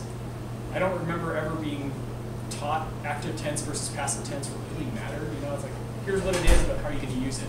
But in this context, when you change the way you structure your sentences, the presentation can really leap out for your audience. Know your material and own it. At the very beginning of the program, I said, this is going to be the best presentation of the week, right? Or the whole class. How many of you have been to a presentation where the person has to warm themselves up and they go, well, you know, I wasn't really supposed to be here tonight. There's somebody who's much more of an expert than me, but they were sick, so I'll do the best I can for you. How excited are you for that material? Yeah. So you kind of have to put yourself out there a little bit, but you are the expert. They're coming to you. So own your material, know it, and express that you know it. Direct sensory experience. We could talk about, I don't know, the health properties of the citrus family and how the peels can help protect the fruit on the inside by having kind of an acrid oil to them. Are you guys interested in that? Maybe you could be provoked or relate a little bit there. I want you guys to imagine you are a bird. Go ahead and take one here, pass it around. You're wanting to enjoy a meal. And there's these wonderful fruits hanging up on a tree. How are you going to get into that fruit? You going to peel it with your little beak and get to it? No, go ahead and take a bite of that right now. You'll get a little bit of a burst of that kind of bitter flavor. That might be enough to turn you off from that fruit. Or you might be persistent enough to try and get through it, or to start peeling it. There are some creatures that will peel to be able to get to it. Once that aroma comes out, what other insects are going to be attracted to that? You're welcome to go ahead and open those. Or bite it. The feel, the experience of getting into it. If you don't want it, you can save it for later. But what can you do in your program to allow that direct sensory experience? If you stand at the front of the group, you dip the mud out of the pond, you show everybody the mud, and you put it back in, how could you improve that experience? Yeah, smell this mud.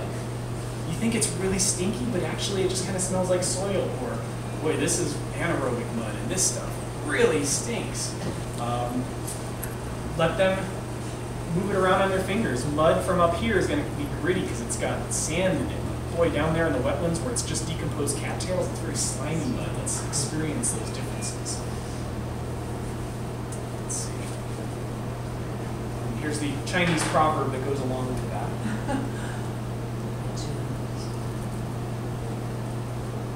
It kind of goes along with our little ant there. Having it there helps you understand what you're trying to accomplish. using a vehicle. So Sam Ham talks, let's see how he breaks it down.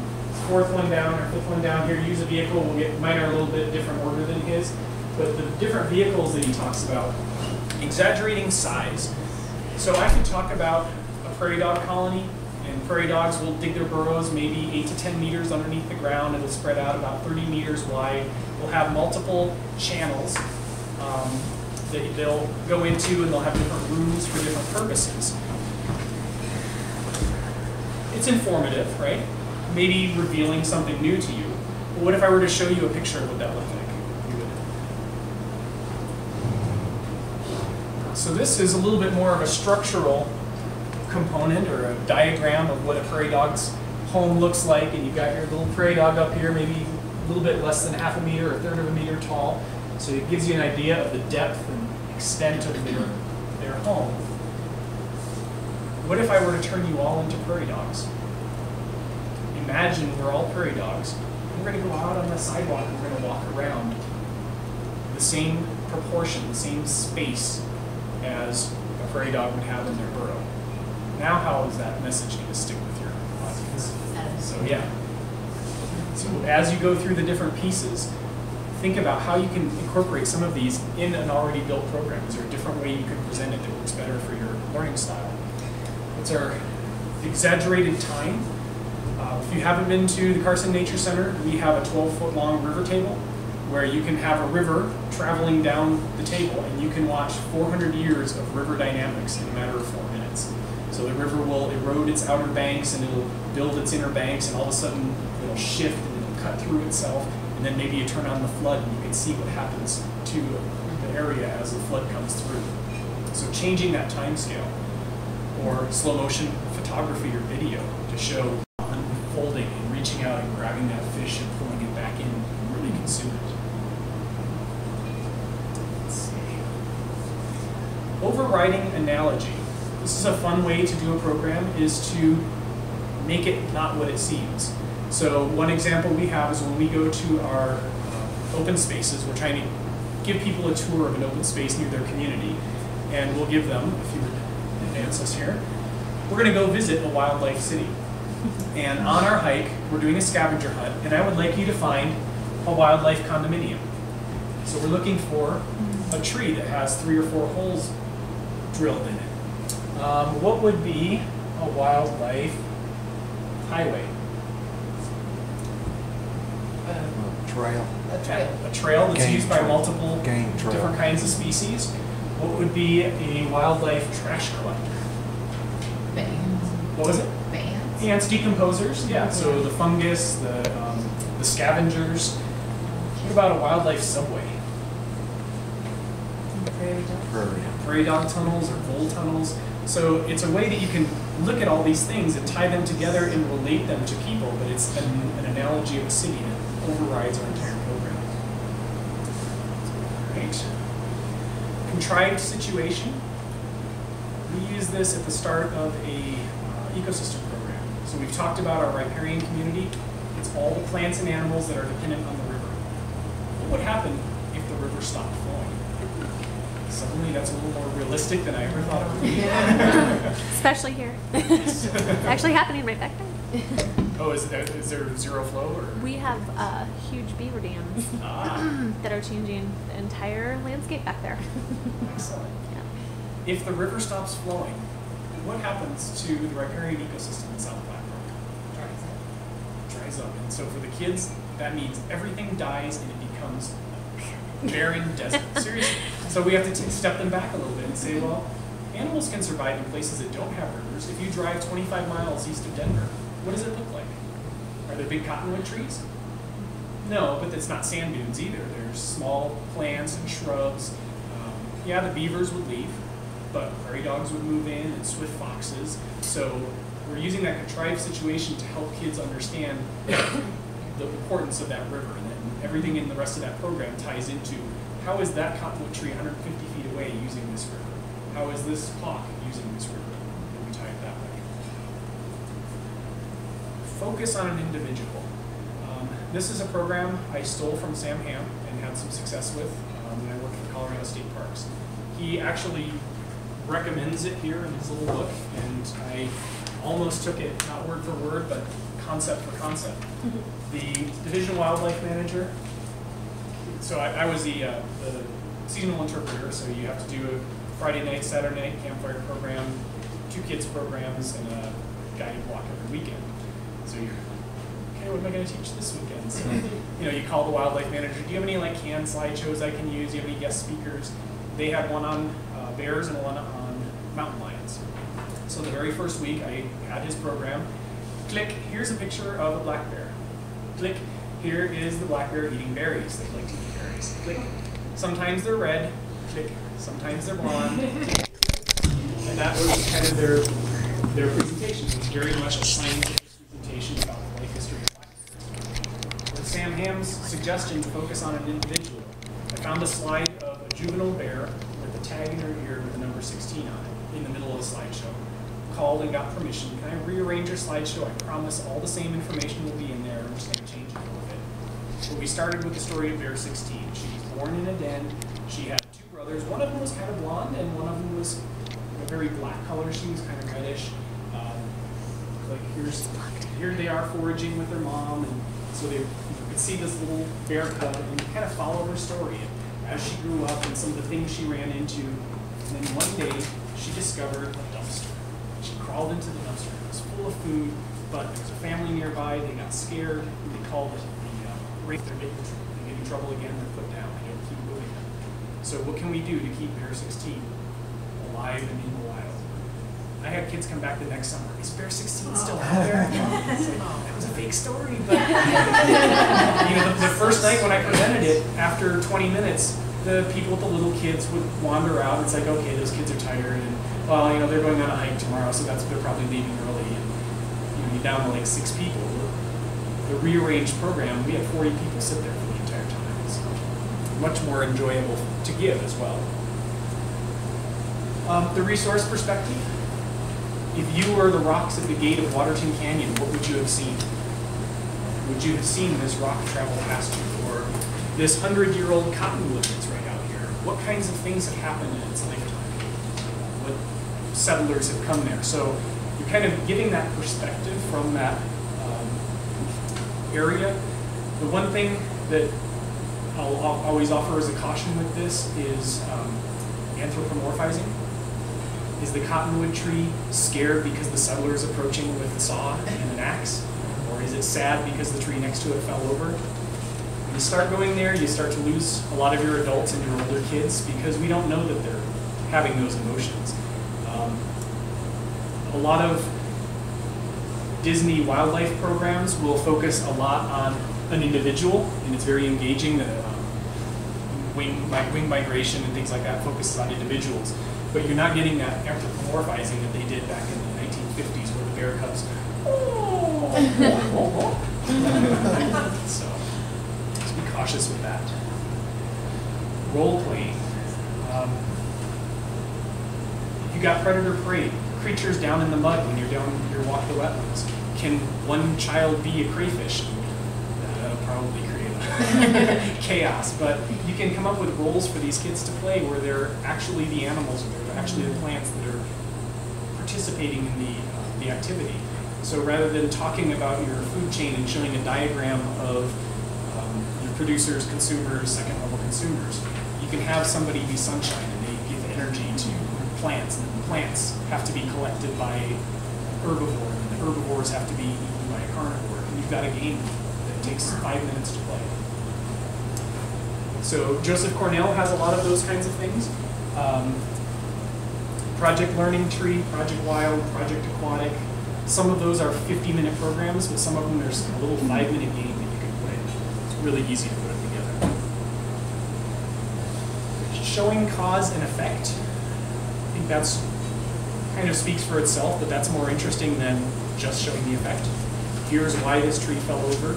Here's why the beavers are building here. Here's what happens when the beaver dam forms. Look what happens downstream. Look what happens upstream. Here's what happens when the beaver dam breaks. So you can use some of those. Let's see. Linking science to human history. How do you get people to love a plant? They don't have big eyes. They don't have soft fur. How do you get people to love plant? Do you love plants? Well, one of them, it took 10 years to flower, that one on that yellow old man in the mountain. That amazed me. And then it dies immediately. Oh, all that, you know? Medicine is a history for our medicines. Agriculture. Yes, medicines, agriculture. How do we use these plants? This is kind of a rough time of year to do this, so this is my best specimen. But we can do a couple things with this one. This is a wild bergamot, or horsemint. Horsemint. Wild oregano. And feel free to crush this leaf just a little, and then you'll have to pass the pieces. It works better when it's a fresh plant. So direct sensory experience, you can smell it, you can feel that it has a square stem. Might be the seed head might be a little more fragrant on it. You can squish it a little to release some of the fragrance. Square stem means it's in the mint family. And the name, wild oregano, this is a plant that was used by Native Americans to flavor meat stews. And the settlers, as they came out to the western United States, also adopted that practice. So you can imagine you're eating deer probably 5-6 times a week, especially during midwinter. You have preserved meat that you're trying to do something with. You don't have fresh vegetables. You don't have tangerines. You don't have anything to give you flavor. What if you put this plant in the pot? Now, who wants to plant that in their garden? It smells good. It's got a beautiful purple flower. So you can really link it that way. Yucca is another one, or cattail, where there's multiple human uses, from medicinal to physical uses, weavings, and making fabrics, those kinds of things. So that's a way to approach your plants out. Your visual metaphor, I'm sure your programs incorporate this.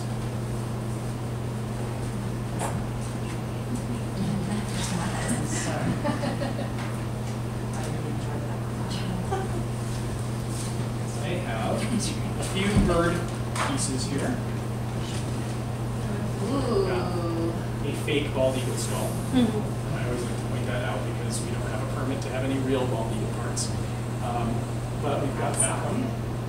We have, I'm going to leave this one in its case, but a little broad-tailed hummingbird with its long, skinny bill. We have our goose.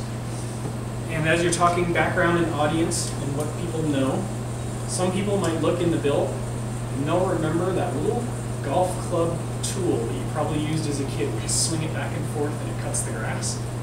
You use one of those? Sickles? Yeah, not like the official blade one, but Right. when you see this, that might bring back some memories of this little warped blade on the end of this handle that you'd swing back and forth. And our last one here, depending on your audience, you might want to use feathered bird parts. That we have a finch with a very thick skull, or thick bill.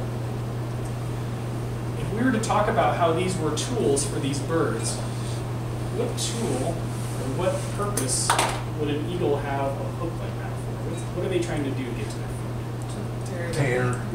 To tear, to open up and get to the good stuff inside. So imagine wanting to open up a can and get to the good stuff Oh, look inside. at that. A bug just landed on you. He's like, yay! It's animal time! He's like, it's warm in here. So this one is very outdated. A lot of kids will have no clue what this is. We have, actually in our nature center, we have a telephone that has like this coily cord. But very few people use these anymore, so this is starting to be an outdated metaphor, but it's the same purpose. It's ripping through the skin to get to the good stuff inside. What about our finch beak?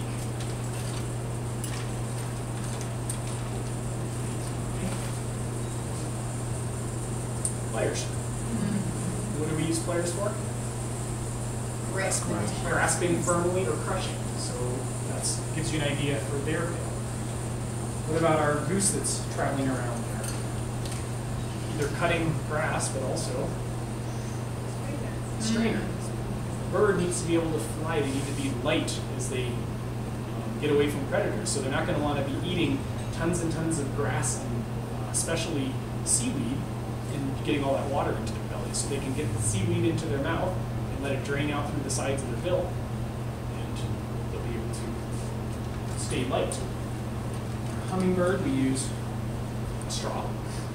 Now, the actual structure of a hummingbird beak is not the same as a straw, but the function, the purpose of reaching somewhere and pulling out a liquid is the same. So, quick and easy. Speaking of the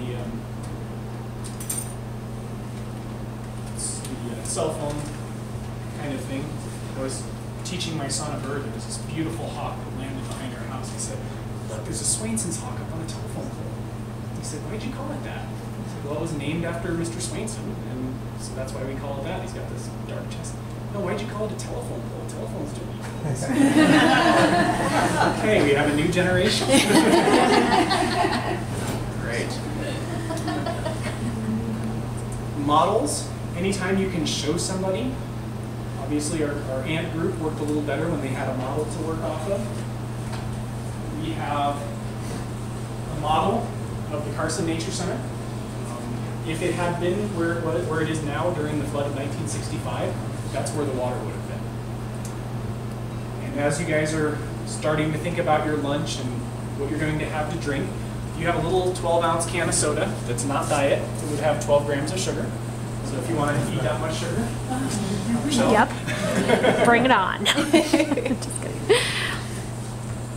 I'm sorry, what was that for in regards to animals, or that was just a Just visual? a Okay. model, a demonstration. So if you're talking a cubic foot of water, have a cubic foot. Okay. If you're telling people our park is 800 acres, have an acre staked out with corners so that they can see it. So have those models, have those demonstrations available. I think demonstration is another one. Tell a story. So if you take me to the next slide here.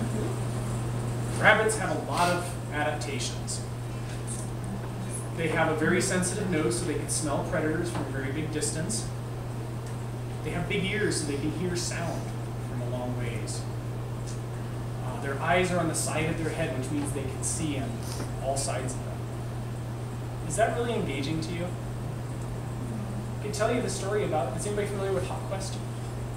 Yeah. They have live birds of prey. Some of them are injured birds that will never fly again, and they use them for demonstrations. And they have trained hunting birds. And they used to bring them out to the nature center to help hunt the rabbits around the area.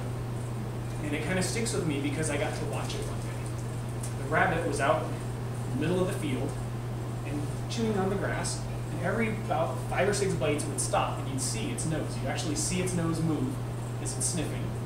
And it'd take these big radar-like ears and rotate them around to be able to listen to sounds on all sides of it. With their eyes, they could see all the way around so that any movement they could see, whether it was in front or behind them. And the rabbit was eating, stopping, listening, eating, smelling, eating, looking, and they let the hawk fly up to the top of the building. Instantly, the rabbit froze. And it looked like a little gray rock. The ears laid back, the fur laid down, the tail tucked in, and it was a rock. But unfortunately, the hawk had already stopped. The hawk is slowing down, it's fighting the currents, and then finally the rabbit makes it to the canebrake where the roses are, and they dive through there. The fur all lays back, it's super slick, lays back to the sides. And if you've ever held a rabbit or seen a rabbit's skeleton, what's the biggest part of the rabbit? The head. The skull. Anywhere the skull can fit, the rest of the body can go. So it weaves its way back into these really tight canes with all the thorns on it. And the hawk lands right outside there, stalks around a little bit, tries to go in, not a good place for a hawk to go, gives up and leaves. You can see the rabbit back there, like trembling, breathing really hard, starts to slow down. I've held a crawdad. Feel that nice hard shell. You ever caught one that has a soft shell?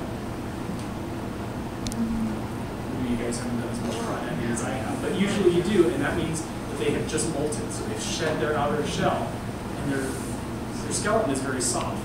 Think about the diet of a crawdad: seaweed, maybe some decomposed fish or insects or something like that. It's not real high in calcium. what they do is they actually sequester the calcium from their hard outer shell when they're about to molt into these things called gastroliths. They have these two stones down by their belly. They sequester all the calcium down into them, shed their outer skin, and then put that calcium back into their new shell to keep it hard. One little gee-whiz fact that somebody caught as the coolest thing. And you can find those if you're very observant along the edges of the lakes and the ponds. They just look like little half of the orange or something. What's that? They deposit them or they're on? When they die, the gastroliths, it's the only part of the skeleton that remains. What's the black thing? Oh, those are just fluffy things to keep them from breaking on into each other. Yeah. Pom-poms. All right. Music, sorry, I'm not going to sing and dance for you. But that can be very effective. There have been programs where I brought my guitar and sat down and started off with a song. Okay, I will sing for you. Everybody stand up. Yeah, but you gotta sing back. Yes, exactly. Now, one thing we'll mention for interpreters, there's the concept from a trainer out in Aurora, Marianne Fennell. She talks about shamelessly borrowing things. So you can take ideas that you've seen today and put them to use. Ideally, you credit the places you've stolen, like Sam Ham or Mary Fennell. This song, I have had no fewer than 4 teachers or interpreters tell me that they've developed this independently. It's like, oh, that's great. And somebody else did that too. But you guys know heads, shoulders, knees, and toes? Do you teach about insects? Yes. Yes. Head, thorax, abdomen, abdomen. Head, thorax, abdomen, abdomen. 6 legs, antennas, and moving mouth parts too. Head, thorax, abdomen, abdomen. Well, with your abdomen, but thorax is, we don't really have true abdomen movements, but thorax is where all the joints are. So, but yeah, you can use that. How many kids are going to remember when their teacher asks them how many body parts does an ant have? It's that kinesthetic music learning. You guys want to do it again? You can do it on your break. Getting close to lunch. All right. Poetry. Again, you're not necessarily getting a chance to develop your whole program by yourself. You're given materials, but you might have a line from a poem or a couple of stanzas from a poem that when you find a pile of poop, you suddenly go off into your poem. That might be a little extreme, but I'll bring an example next time I come of a woman who starts a program with Edgar Allan Poe poem. And it just kind of sets the mood for a really cool presentation. Humor and puns, I don't use them, sorry. Yes, I sprinkle them throughout my entire presentation, whatever I'm doing, but you just have to be cautious. You don't want to use anything that is offensive, but please put humor and puns into your talk with the kids. Favorite one for me, a very easy one to get them to focus on that poop. What's this called scientifically? I've already told them it's scat. What's my name? Scott. Please don't confuse them. And they kind of realize, okay, we can joke around, we can have a good time with this. This isn't science class. Puppets. I will confess I am not a puppeteer. It's not something I'm comfortable doing. I have made a puppet from a couple of socks. But especially with young children, they are more interested in focusing on the puppet than a person. If any of you have the chance to see Avenue Q, it's a Broadway musical, Sesame Street, highly offensive. If you get a chance, you should go. But they've got Sesame Street characters, and the actor is up on stage. They're wearing black, but they're fully there. You're watching their faces, but they walk around the stage and they interact with their puppets. And within 5 minutes, the actors disappear. I can't remember what a single one of the actors looked like, but I remember all the puppets. And it's an adult show. So. But you might be able to use those just to get the kids to repeat one thing or do some quick part of your program that way. Let's see. Demonstration. We've kind of gone over that a few times with our aunt and a couple other things here, but show them what's happening. Don't just tell them about it. And I already talked about know your material. own it, but the other piece of it is sell it. Have any of you ever done performing arts, music, or theater, dance? Yes. I always tell you, if you're going to make a mistake, make a big mistake and own it, sell it, pretend that that was supposed to happen. My music instructors always said, if you're back there, you're playing your horn and you make a wrong note, you're so timid, nobody will hear it. They're not hearing the best part of the performance. So put it out there, go ahead and make a problem, and if something messes up, pretend that it's real. You'll notice the difference between the good actors and the bad actors, the guys that do the used car commercials, is they're not selling it. They're, please come to my show. You gotta really get into it. You have to use your face and your voice and just make it happen. That is where we're going to stop today. We're going to pick up a little bit on this next time. As it was mentioned earlier on, if there are things we talked about today that you'd like more of, you'd like a demonstration of, please let them know, and they will let me know. I have a lot of material for about 2 to 3 weeks from now. We'll actually be able to get outside a little bit. Do you have questions on what we covered so far today? It's kind of a shotgun approach and a lot of stuff. Scott, can you tell them how long you've been doing this? How many years have you been an interpreter teaching in this way? Let's see, 21 years. Okay. And how long before you felt comfortable, where you felt like, 21 years. No, my first 4 years were at an environmental learning center in Fort Collins, and I was probably the most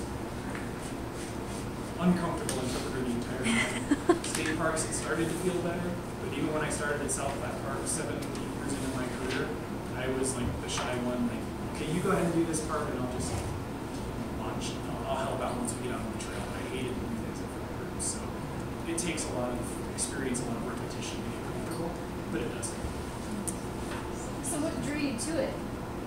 I don't know. I actually got started at the Environmental Learning Center. I was the guy hired to mow the trails.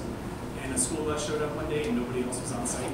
And they were like, well, we had a tour schedule. It's like, okay, I'll take you out there. And that's when I found out you actually could get a career and a job in that field. It was a lot of fun. So, learning a little bit more about it.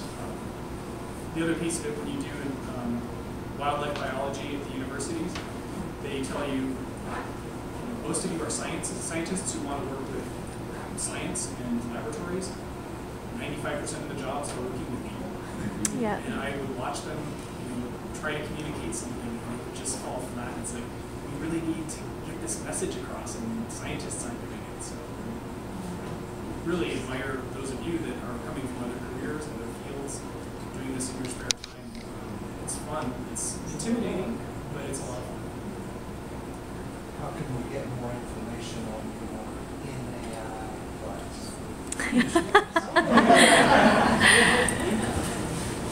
Pretty sure.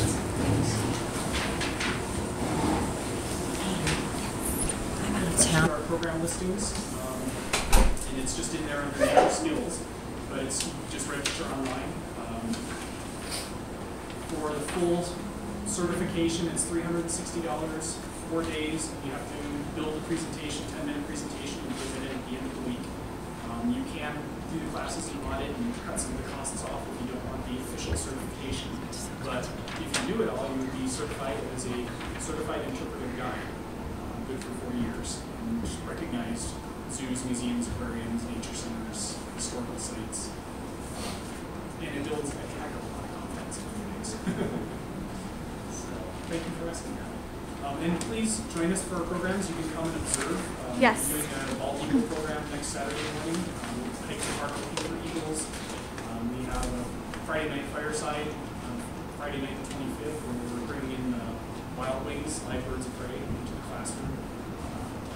Trips and tours. We're going to Monte Vista, Yellowstone, and the Great Gallery in Utah this year. Just kind of tripping back from Kenya in October, so a lot of really neat things happening. Good luck with your interpretation in your class for the next few weeks. And you can take questions individually or shoot me an email. I think my contact information is somewhere in that you can find me at least through that newsletter. And bring back more in 2 weeks. 3 weeks. Thanks, Scott.